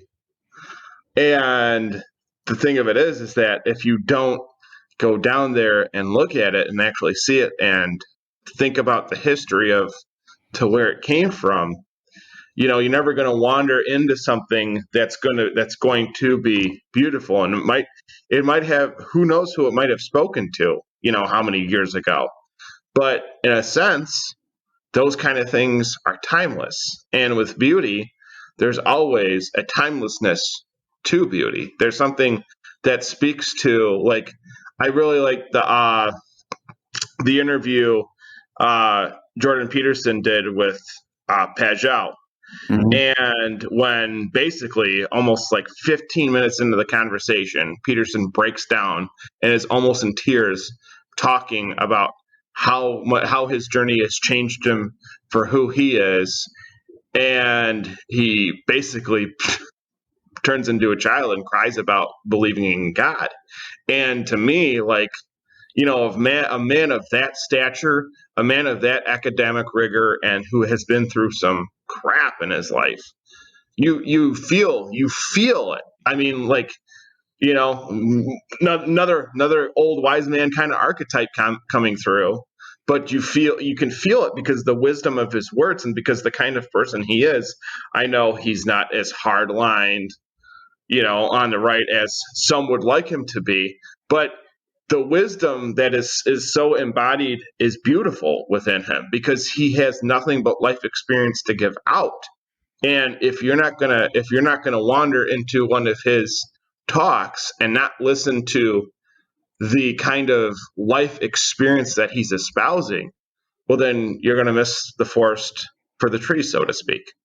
So it's one of those things where you just got to keep going. And I do have a way to make some very lucid connections, but I made them, and that's about it. So yeah, I mean, do you? I guess now is as good a time as any. What do you two think about if there was a redemption arc to Smeagol? Do you think that he ultimately, what did he change? I mean, do you sympathize with him? Yeah, because to me, in a lot of ways, it's kind of like I feel like I have a lot of pity for him, but and then he's kind of going every which way throughout the series. But I think he's pretty. I don't know. I feel like I don't know what the best word is for it. I don't know if it's a redemption arc necessarily, but I mean, what do you think? Are you asking what would a redemption arc look like for him, or? Yeah, I mean, like, ultimately, what are your thoughts on Smeagol? Essentially, that's what I'm saying. As far as like the story is, like what happened to him ultimately, and all that. Well, he's an excellent example of how sin corrupts. Mm-hmm. He gets so blinded by, this intense desire, this intense lust for the ring and its power, that it physically deforms him. And, it's a tragic thing because we see in the Return of the King how Frodo is trying to give him a second chance. Mm-hmm. And yet, despite that, he's not able to rip himself from the desire of the ring. So, I don't know if I would say I would feel bad for Smeagol, for Gollum. Yeah. But I would definitely say that he's a tragic figure. Yeah. The word Gollum is interesting because it is a Kabbalistic term. It's the idea is it's a stone figure that's animated by magic. So it's something that doesn't have a life of its own, but is possessed, is controlled by something else. Whereas Smeagol it's a proper name. It's a name of a person, and how Smeagol goes from being a person to being a golem, and hence called Gollum. So it's a tragic thing. I don't know if how I feel towards him. Yeah. Now I would want him, as well as everybody to change, but I think it's a good wake-up call because at the end of the day, we all have our own rings, to be very cliche about it. We all have our own sins that if we continue down that path, it will deform us. Mm-hmm. Yeah, exactly. I guess before we talk about, I want Rose to talk about Heidegger a little bit later, if we can, and kind of before we get to that point, and maybe talking about Roger Scruton some, and beauty in general and art a little more broadly. I thought it'd be good to talk some about the differences between the books and the films. For me, the big kind of difference that I really wish they didn't take out of the film was the scurrying of the Shire. Because it takes away from the real,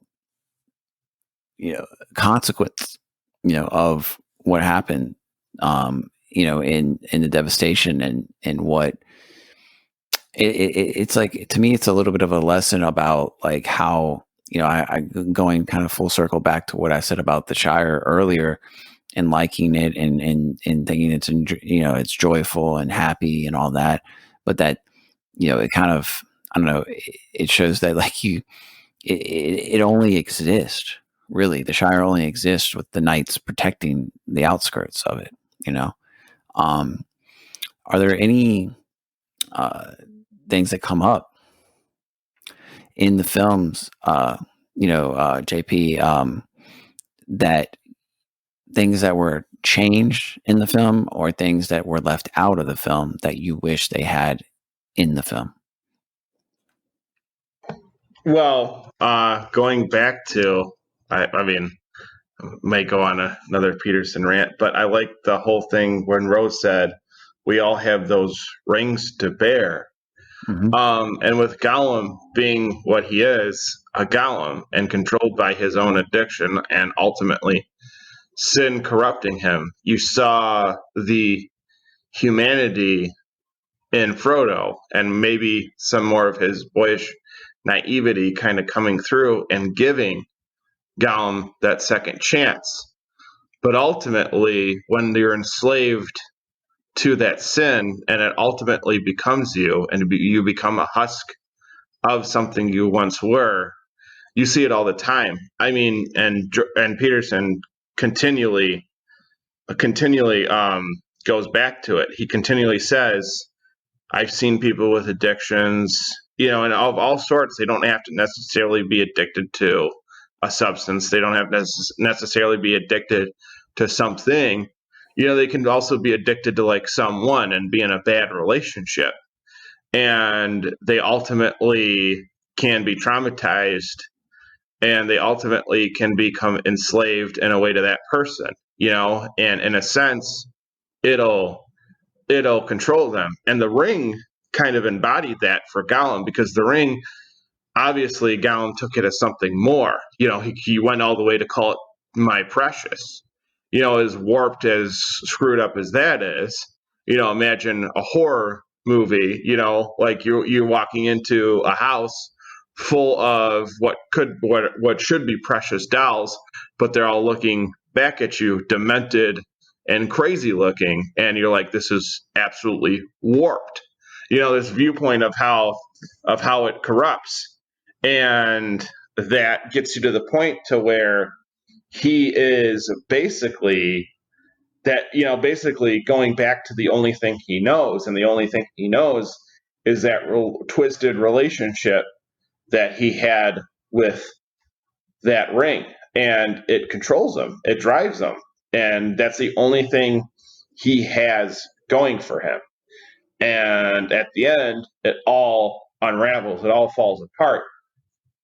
Okay, and then you said, what is a scene that you wish wasn't that you wish that there was something in the book that they didn't have in the movie, or they changed something in the movie that you wish they hadn't? Or that dang scene, the one in the Fellowship where the first one where the Uruk comes to life, who is an ancillary character added on into the movie.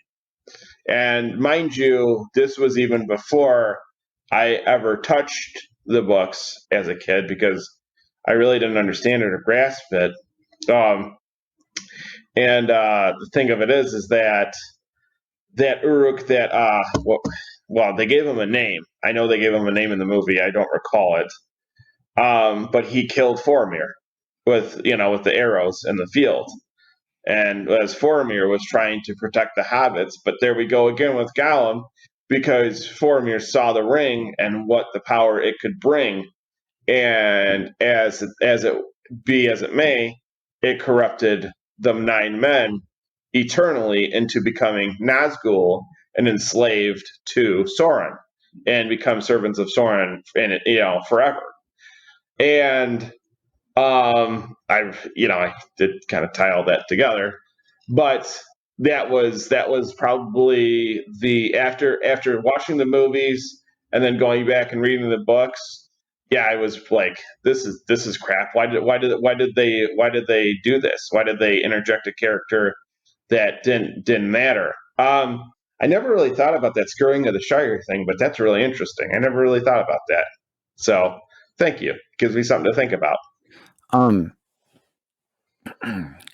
What about because you and Rose both have read the books more than me, and more recently than me, for sure. But correct me if you know that if I'm mischaracterizing this, but the character Faramir, and he's the guy Boromir's brother. Yeah. To my recollection, he in the book he doesn't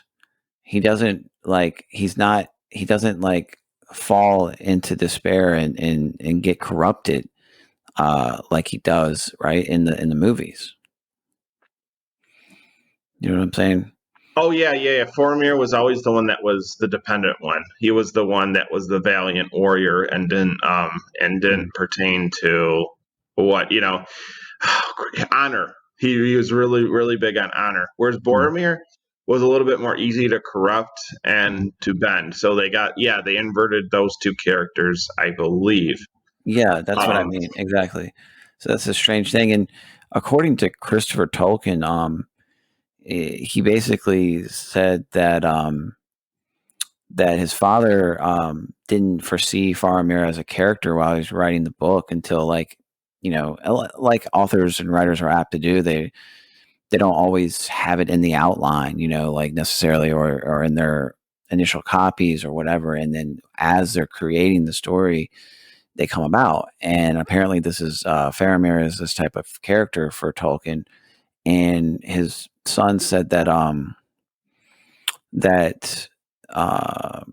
basically that in a lot of ways there's characteristics in Faramir that resemble the author the most, and that he deliberately bestowed some character traits that were his own in the character of Faramir. And I thought that was interesting. And then when you add to it that, like you said, they kind of got things inverted there between the film and the story in the books.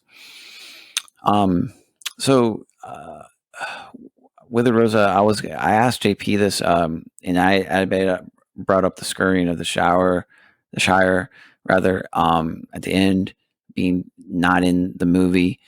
Is there anything that comes to mind that either was taken out of the film that you wish hadn't been, or that was changed in the film compared to the books? Yeah, something that is very prevalent in the books that you don't see as much in the films. You do see hints of it here and there, and it's the poems. There's a lot of poetry in the books, a lot of it. Now, you do get some of it in the movies in song form, except you would not be, watching the movies, you would not be aware of how many poems are found in the books. And there's something I've always enjoyed. And some of them are, go in between the different languages that Tolkien created. And that's something that's always, I've always loved. Sometimes I would even go back and just read the poems themselves. Did you ever read the Mythopoeia? If I'm saying that right? Have. Yeah. Mythopoeia. I haven't read it either, but it's I don't think it's too long. I'm probably gonna try to read that at some point. It's very short. It's a 5-minute, 10-minute read. Yeah.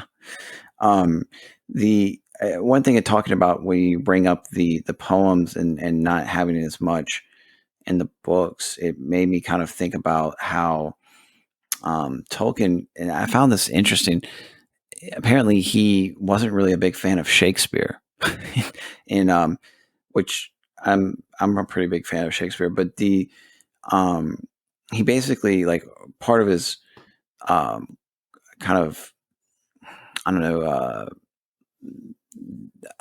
kind of lukewarm feeling towards Shakespeare would be that to Tolkien, he really thought that you lose a lot of subtle things and inferences that you could have in the written form that just don't make it in theater. And I thought that was interesting observation or perspective that Tolkien apparently had, that in other words, when you see a play, and by extension a movie, that it becomes very difficult to convey some things that you could probably more thoroughly and subtly even convey through written language. And I think it kind of it plays on kind of maybe what we can get into next is the different mediums of art. I think that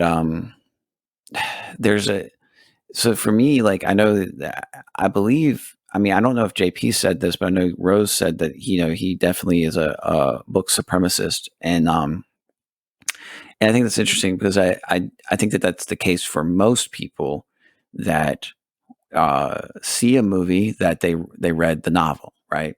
And so many movies, especially in our lifetime, have come straight from novels, and it's becoming more and more of a thing because I think that essentially, besides the kind of utter corruption that Hollywood has, and production companies and studios and the producers and the suits behind the film, that's going to obviously interfere with the artistic rendition of a story and get away from the writer. You see I think a kind of reemergence of the importance of the screenplay writer, kind of before, and kind of Hollywood in the 70s, even like with Scorsese and George Lucas and these type of people. The director holds prominence over the development of a film, and they still do. They're controlling it. They're like a manager, and it is their kind of show, for lack of a better word. But you know that there's production and producers behind scenes doing things to it. But I just bring it up that I think that I'm kind of hopeful about the possibilities with film, because I see a kind of recentering of not necessarily making the screenwriter as I wouldn't say surpassing the director, but it's almost equaling the director, and that to me makes it opens a door to kind of a more thoughtful and a more kind of profound, even movie experience potentially. I don't know what you guys think about that.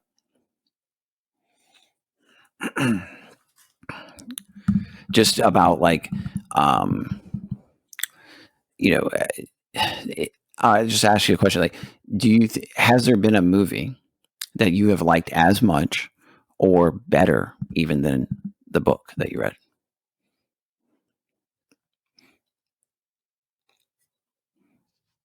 I'm trying to think of one, but none comes to the top of my head. Yeah, it's tough. I mean, I think that there's a few movies that I think are as good as the book. Not many, but some. And when I think about it, it's kind of the difference in the medium. I mean, when you are reading a book, you're the one. It can become, and it is a very personal thing, because you have to read. You have to be quiet. It has to. I mean, of course, some of you are listening, and you guys here on the podcast, maybe you're one of those people that can read with background noise going on, and it doesn't have to be absolutely silent. But reading is very personal. It's very individual endeavor. And so when that happens, it kind of enables you to be submerged into the story. And I think, okay, something comes to mind. I think, like, I know we talked about this earlier in another podcast, but something that's coming to my mind is Dune. And seeing it in movie format through a couple different reiterations versus reading it. And it was also turned into a video game, because obviously they need to make their money that way too. Just like like thinking of the characters. And here I go again, with House Atreides, when I hear the name Atreides, I think of just sprawling buildings that look like the Parthenon, or the Acropolis. And I just think of like Caladan as a planet that looks like pictures of Greece. Just water, sea life, lush landscapes, and just absolute beauty. Everybody, studying some kind of classics, comparatively to the universe that they have, that they had on Caladan. And versus something like a Harkonnen, where it's cold, sterile. There's no women, and they're all biologically produced in a cell. It's brutal. It's unforgiving. There's absolutely no plant life. It's a planet of just absolute decay and death, and it's just just that kind of like that hellish vibe that you get, that you would think of like basically Mordor being a planet. I mean, that's probably the best way in a futuristic sense. And then when you think of the name Harkonnen, I'm thinking of, well, I know this is probably going to sound kind of crazy, but I'm thinking of just the most sinister, ugly, evil looking people I can even fathom. And then you look at another race of people, the main planet, the main focus, Arrakis, and you think of the Fremen and what they are, the tribal people of Arrakis. In a sense, you're thinking like desert dwellers, because Arrakis was once a lush planet like Caladan, and it turned into that desert planet and became the spice because of the worms. And then you have the Fremen and the culture they have cultivated just on the basis of survival. They attach their superstition, their religion, and their way of life to that. So I think of like almost like probably everybody else does, Arabian Nights, just the hardened desert nomad type. And just having those literal seeing the words on paper and then seeing it come to life in a movie. I did not expect Paul Atreides in the 1984 movie to look like an Irishman. I expected him to look, like a Greek or an Italian. That to me, because to me, it's one of those things where you just look at it and you look at the culture and what their virtues were, what they subscribe to, and the way it would be prescribed, and the way they took it out throughout the universe, and the values that they held. It's kind of one of those things where, in a way, it's kind of a mind, it's kind of a. It makes you think about it a lot. So that's what I mean. Yeah, I think that you're exactly right. I mean, I think that particularly with sci-fi, this is what I'm talking about. People like to, kind of crap on movies and their potential and how they're like a lower art form of some sense. But with science fiction and with the way, not just cinematography, but with digital imaging, and you can definitely overdo it with CGI. But take for example the original Blade Runner, or the new Blade Runner. The original Blade Runner, I think, is as good as the Philip K. Dick novel, Electric Sheep. Dreaming of Electric Sheep or something like that. I read it a long time ago, but I do think that the original Blade Runner does the book justice. I mean, I've done a podcast on Blade Runner and we talk about that a little bit. Some other movies that come to mind that were books that are as good are No Country for Old Men, Starship Troopers, Jaws, and Godfather specifically. I've read Godfather a long time ago as well, and to me, the movie is way better than the book. I mean, to me, Starship Troopers. What a fantastic way to introduce satire into the conversation. God, that movie was just so full of political satire. I could not believe on how like overt, obviously, the violence and the gore was, but how like subdued the political messaging was. I thought that was just brilliant. Yeah, I mean,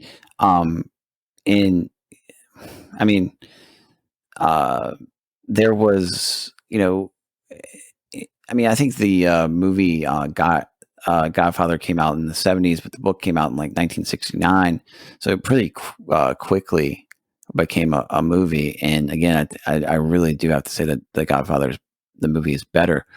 But another one that comes to mind is that people can check out on something that's as awful as Netflix is Watership Down.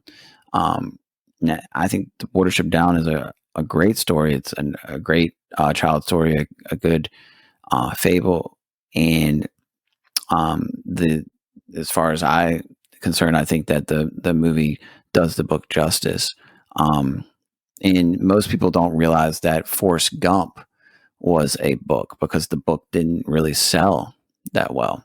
And I think Forrest Gump is I haven't read the book, but so I can't really speak to that, whether or not it's better. But I think it's interesting that here you have an example of a book that doesn't do well, but you put it in movie format and you have some good direction and you have good acting by Tom Hanks and you have a pretty wholesome, story that, I wouldn't really begrudge anybody showing them their kids that. There's a lot of wholesome messaging in Forrest Gump. I don't know if you guys have seen it, but a lot of people for different political reasons may object to it, and for different, there's all types of, I'm going to piss off everybody for different reasons, essentially, on my podcast. That's why I try to stay away from current events as much as possible. But I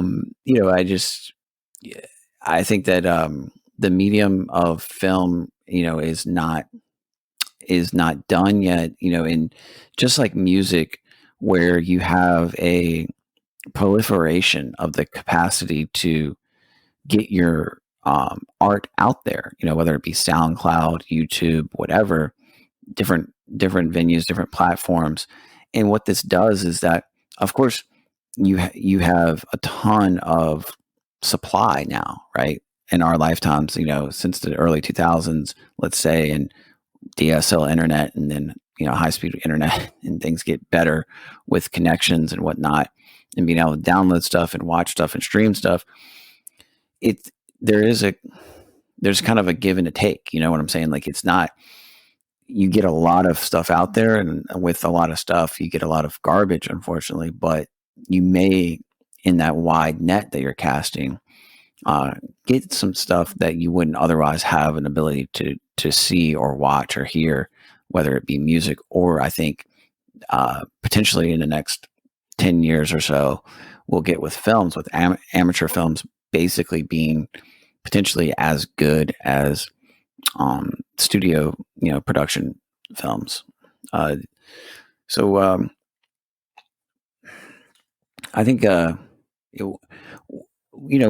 at about 2 hours here now. I think we could maybe do a little bit longer and to finish out, kind of talk about other types of art, that speaks to you, that you feel, whether it be music, whether it be, painting, drawing, sculpture, craftsmanship, on a different call. I don't know if it was yesterday or the day before, because I've been on a bunch of calls lately, but we were talking about this idea that being able to have kind of a cottage industry and a return to craftsmanship is a really good thing, I think, for us, people that are of similar mind, not just ideologically or politically, but spiritually and on a more fundamental level with family. That if you have a kind of return to the homestead, or a return to, even if you live in a town or in a suburban or urban area, that if you can think of things in ways that, you can get your family, like your wife and yourself and your kids, involved in craftsmanship and artisan, the whole craft of it is, like JP brews his beer. Yeah, this is the type of thing I'm thinking about. It might be a little bit of a stretch to call it an art, but I don't think it is. I'm curious what you guys think about this, about craftsmanship, cottage industry, art, on a personal level, on a family level, and what the potential is for these things in the future.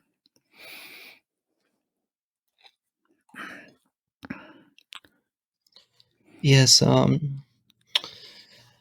where I am, without giving away too much information, there's a lot of people that carve furniture out of wood, and this is their profession.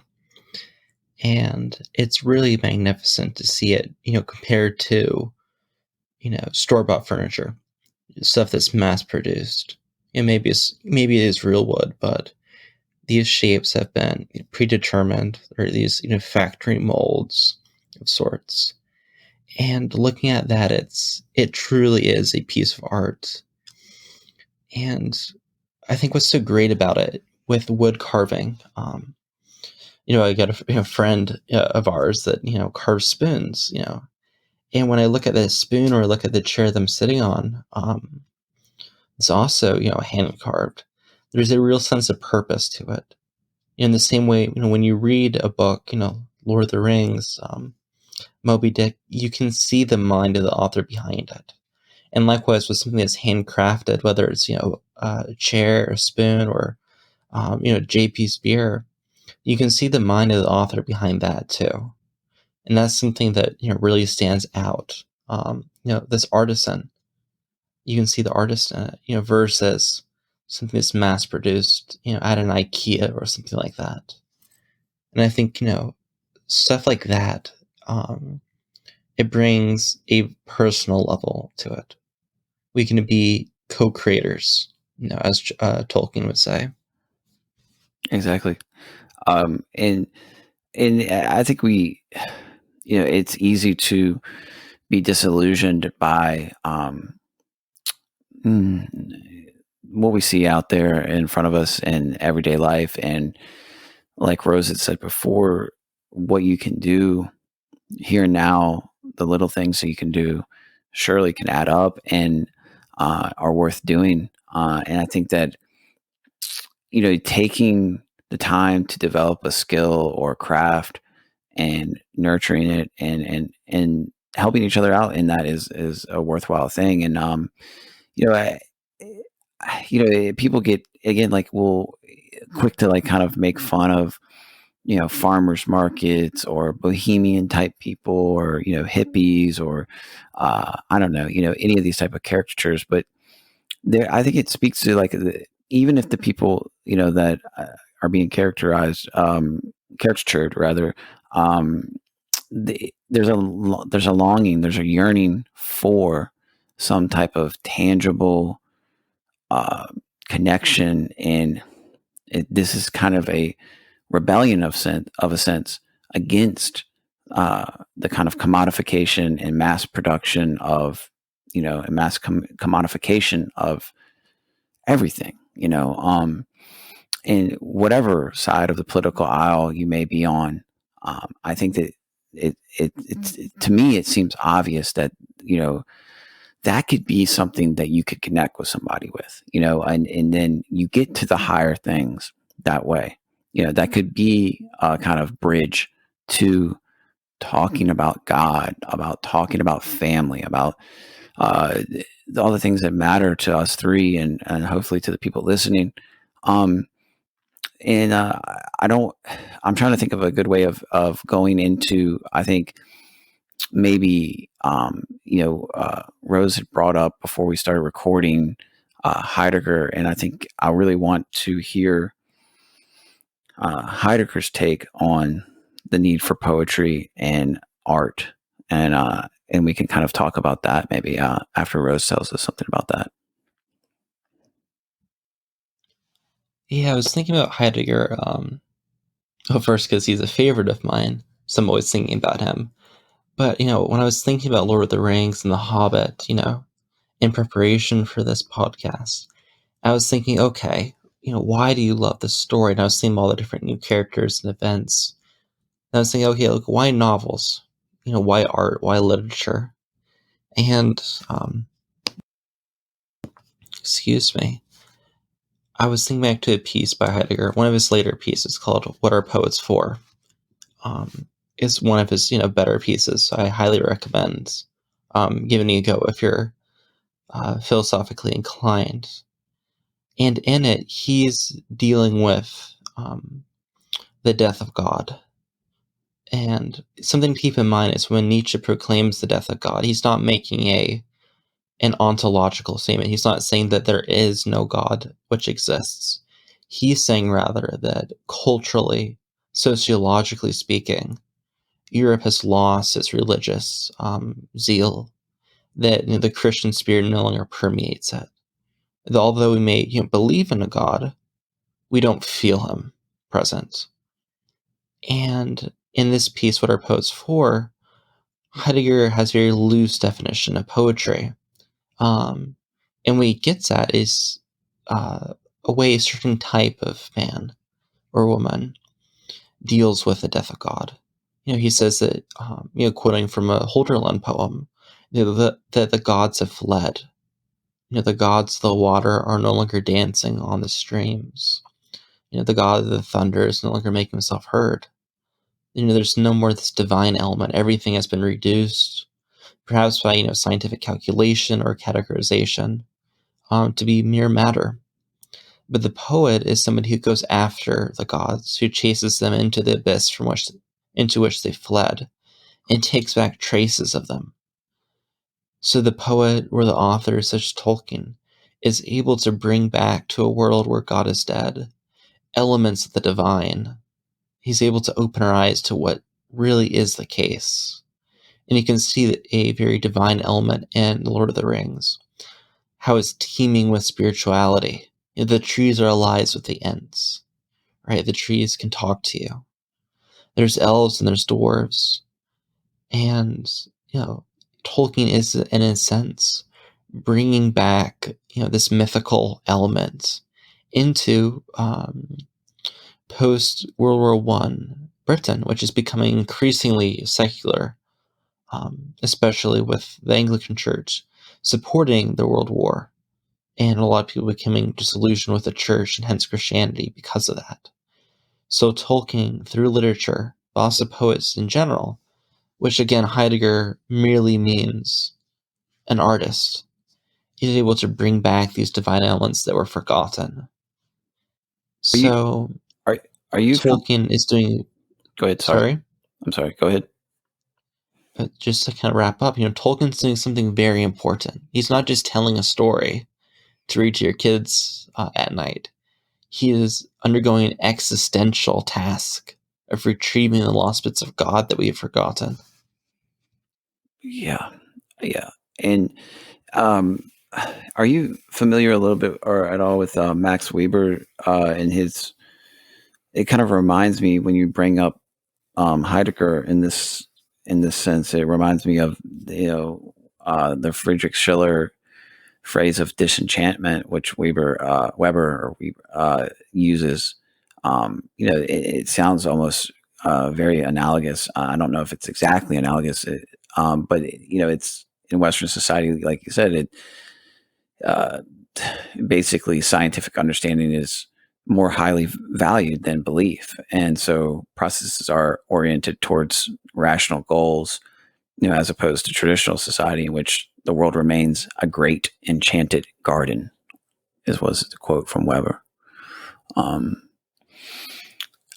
me, there's some overlap there, especially with the connection to Holderlin, because Holderlin was running around the same time as a bunch of the different idealists like Schelling, okay, who Weber is mentioning. Okay, cool. I mean, I it's like I haven't read very much Heidegger, and it's like, to me, it's fun when I have some intuitive or instinctual feelings and thoughts that other great men, I'm not great, so great men before me. Great men before You're me. great to me. Thank you. I appreciate it. You are too. For me too. Both of you are. But just that, in all seriousness. Wholesome moment, fellas. In all seriousness, though, this is super intense. Disenchantment. I because intuitively, in a guttural way, I've felt this almost my entire adult life, and it's kind of why, I sometimes I might come off as somewhat heretical, I guess, but I am, to me, when I get bogged down in philosophy and in theology, it for me, it takes away sometimes from the wonder of God and the awe of God and what C.S. Lewis would call the noumenal, right? And for example, when I go into a forest, when I go into the woods, usually I'm going with Khaleesi, one of my golden retrievers. But regardless of whether I am with her or not, there's these times when the kind of the everyday hustle and bustle stops, and you get a sense that things are connected.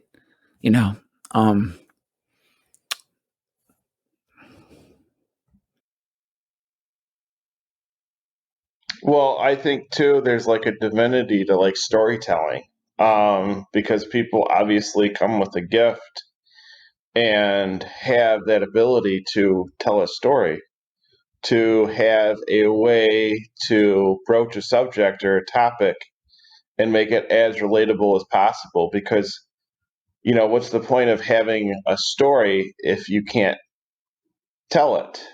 And you're able to, tell it in different ways, in different mediums, and different, in different things. And with that ability to tell a story, and as well as laid out as Tolkien did it, and as far as his legendarium continues still to this day, that shows that there's a spark of divinity to it. And I'm not as big of a Chronicles of Narnia fan as you are, but you have the monarch, and the symbol for the monarch is a lion, and then you have a majestic voice. I don't know who voice acted Aslan in the Chronicles of Narnia, but whoever did it, amazing.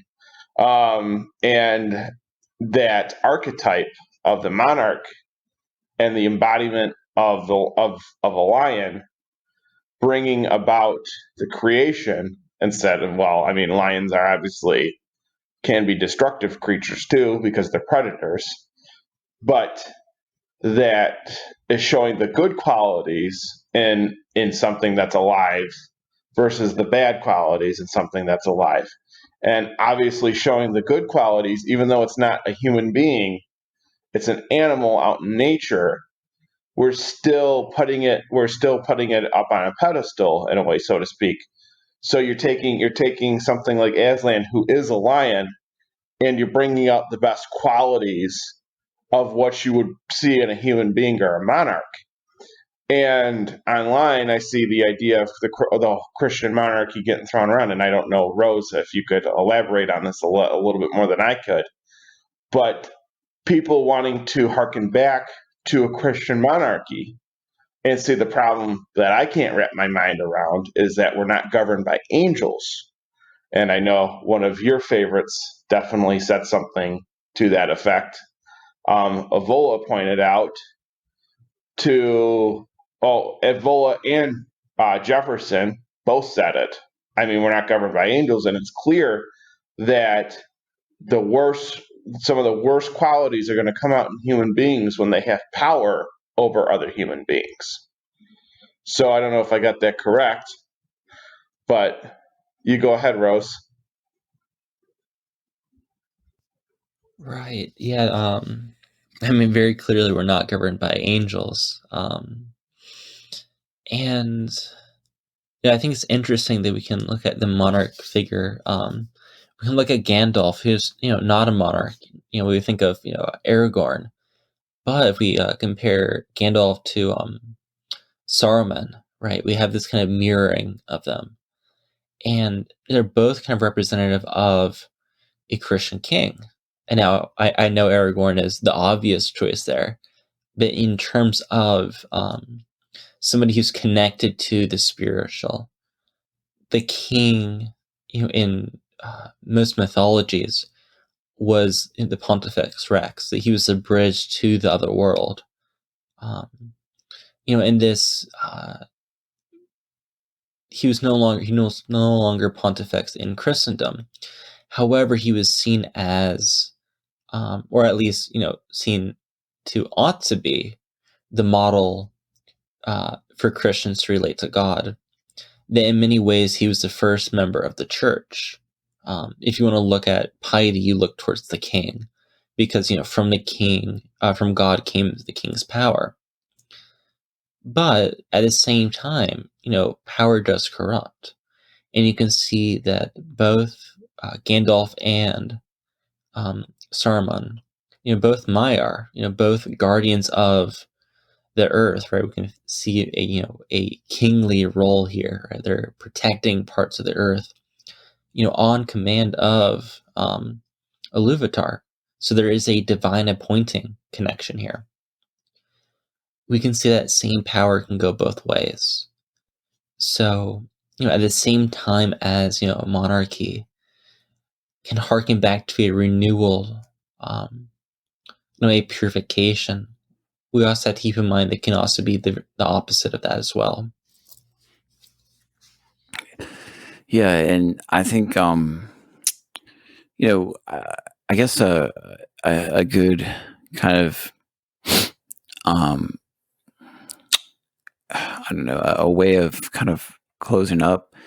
When I think about the power of art and beauty, I look at for me, like a favorite painter of mine. A lot of people enjoy Impressionist artwork.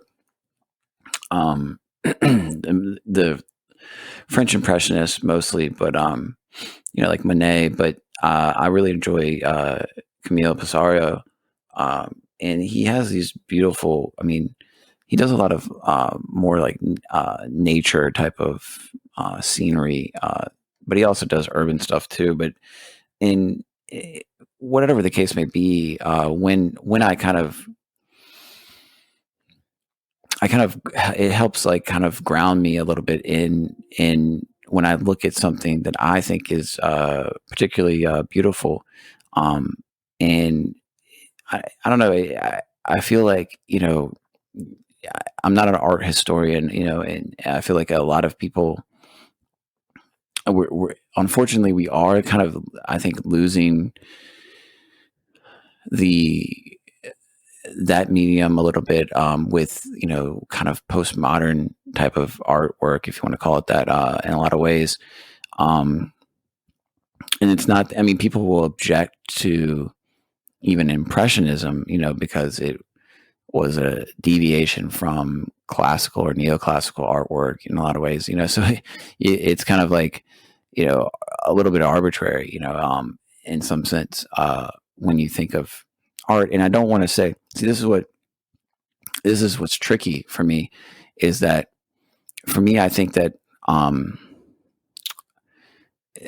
that it's not so much that everything and anything is art. Like, you just kind of throw some paint on the wall and that's art. It's like, no, but it is kind of, to use a cliche, art is in the eye of the beholder, or just like, kind of like almost like how you fall in love. You kind of fall into it. It's inadvertent. You know what I mean? Like you can't really necessarily even explain why you like some artwork. So I don't know if you guys have any thoughts on something personally that you like to refer to. It doesn't have to be visual art. We've been talking about Tolkien and story. It could be some other poetry or anything. I'm just curious as to what speaks to you guys.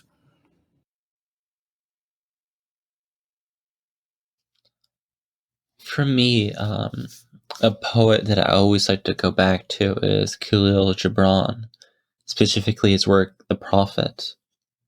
In part because he got me into poetry.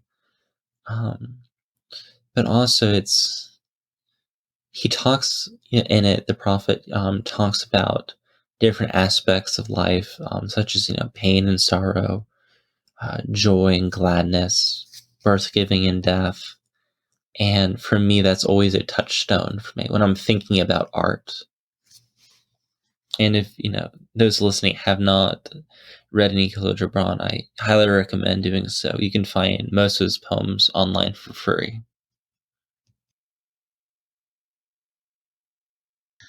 Well, for me, I mean, the written word, the spoken word, I mean, those are beautiful things because out of language, we create so much, and you can create so much. You can paint a picture with a story, and you could literally paint it, or you could tell it, or you could write it down.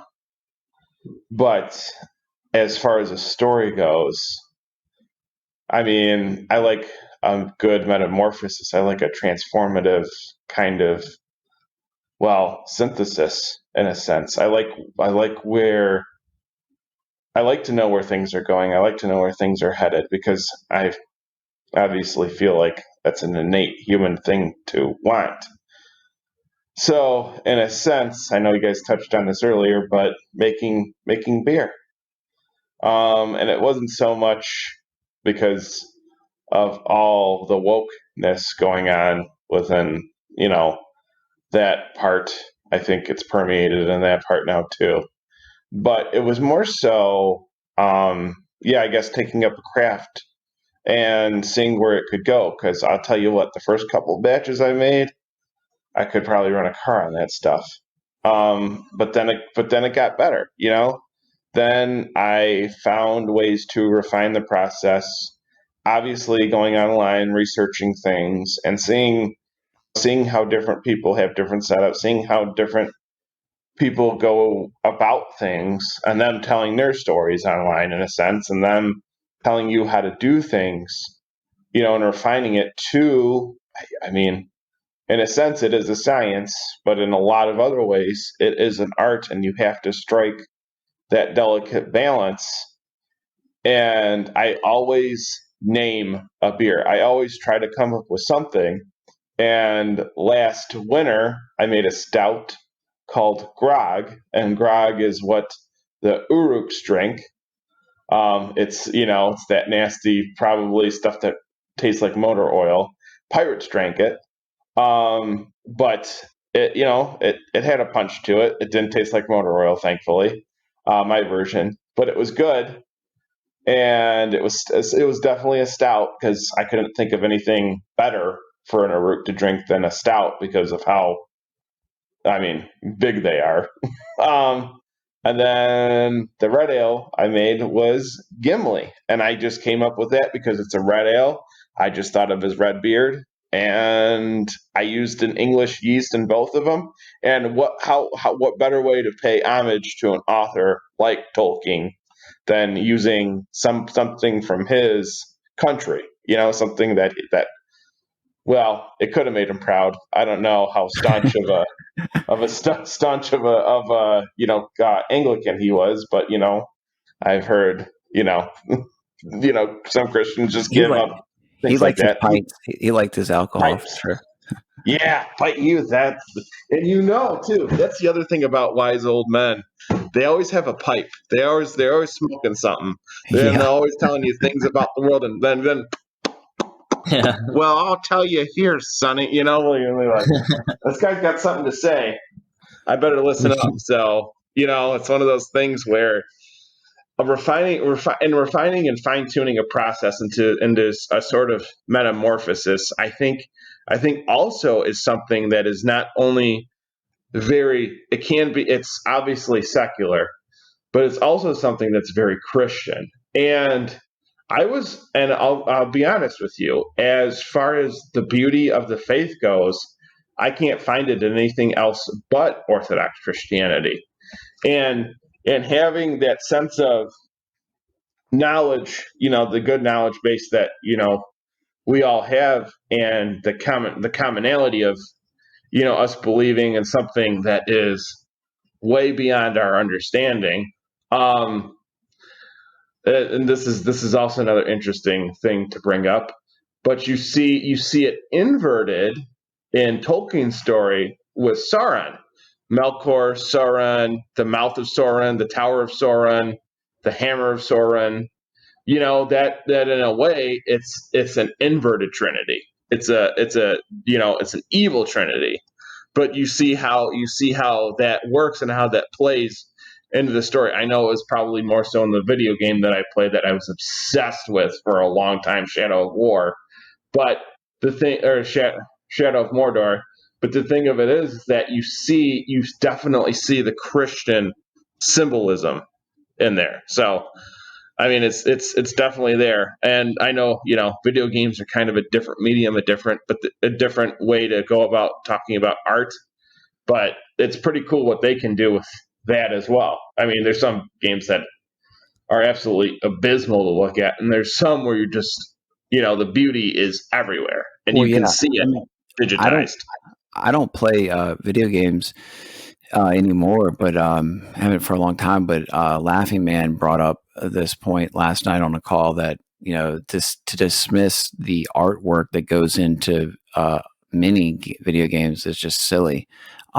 It's clearly an art form, and this is, I think, a reminder not to be so stubborn about trying to say this medium is art and this medium is not, and this is high art and this is low art and what have you. Withered Rosa, do you have anything else you want to say in connection with art? Any particular? No, I think we've gone over a lot of really good things. Well, tell us a lot to think about. Yeah. Tell us where people can find you again, Rose, and then JP as well. Yes, you can find me on Telegram at Voice of Tradition, as well as on Substack under the blog Scattered Roses. All right, JP. I have a YouTube channel because I'm a boomer. But you can find it under, I know my real name, James, and that's Piers. It rhymes with beers. See how it all ties together? But that's my YouTube channel. You also have a Telegram channel, Traditions. Oh yeah, Traditions in Christ. That's the I'm kind of nipping on the heels of my buddy Rose over there, but yeah. This is the great thing about community and fellowship, right? Is that I feel blessed to be able to bring you both on here, and I think that in all seriousness, if you want something that's inspiring, and it doesn't necessarily have to just be Orthodox Christianity, but if you go to Voice of Tradition, there are many things that I find very thoughtful and insightful and worthwhile on Voice of Tradition. In closing, I would like to just say that to those listening,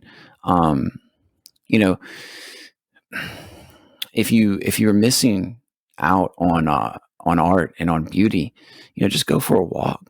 Go out there and go into nature. Also, it's easy to dismiss music, even silly kind of catchy songs, or dare I say pop music or something like that. If classical music isn't your thing, or more profound, if you want to call it, music isn't your thing, it's worth just putting on a tune that you like, that you enjoy, to bring you some joy, because it can be really dark out there. And just remember, even if you're not a good dancer, it's always good to dance. So with that, I'll end it. And this is Rusty with Withered Rose and JP. Good night.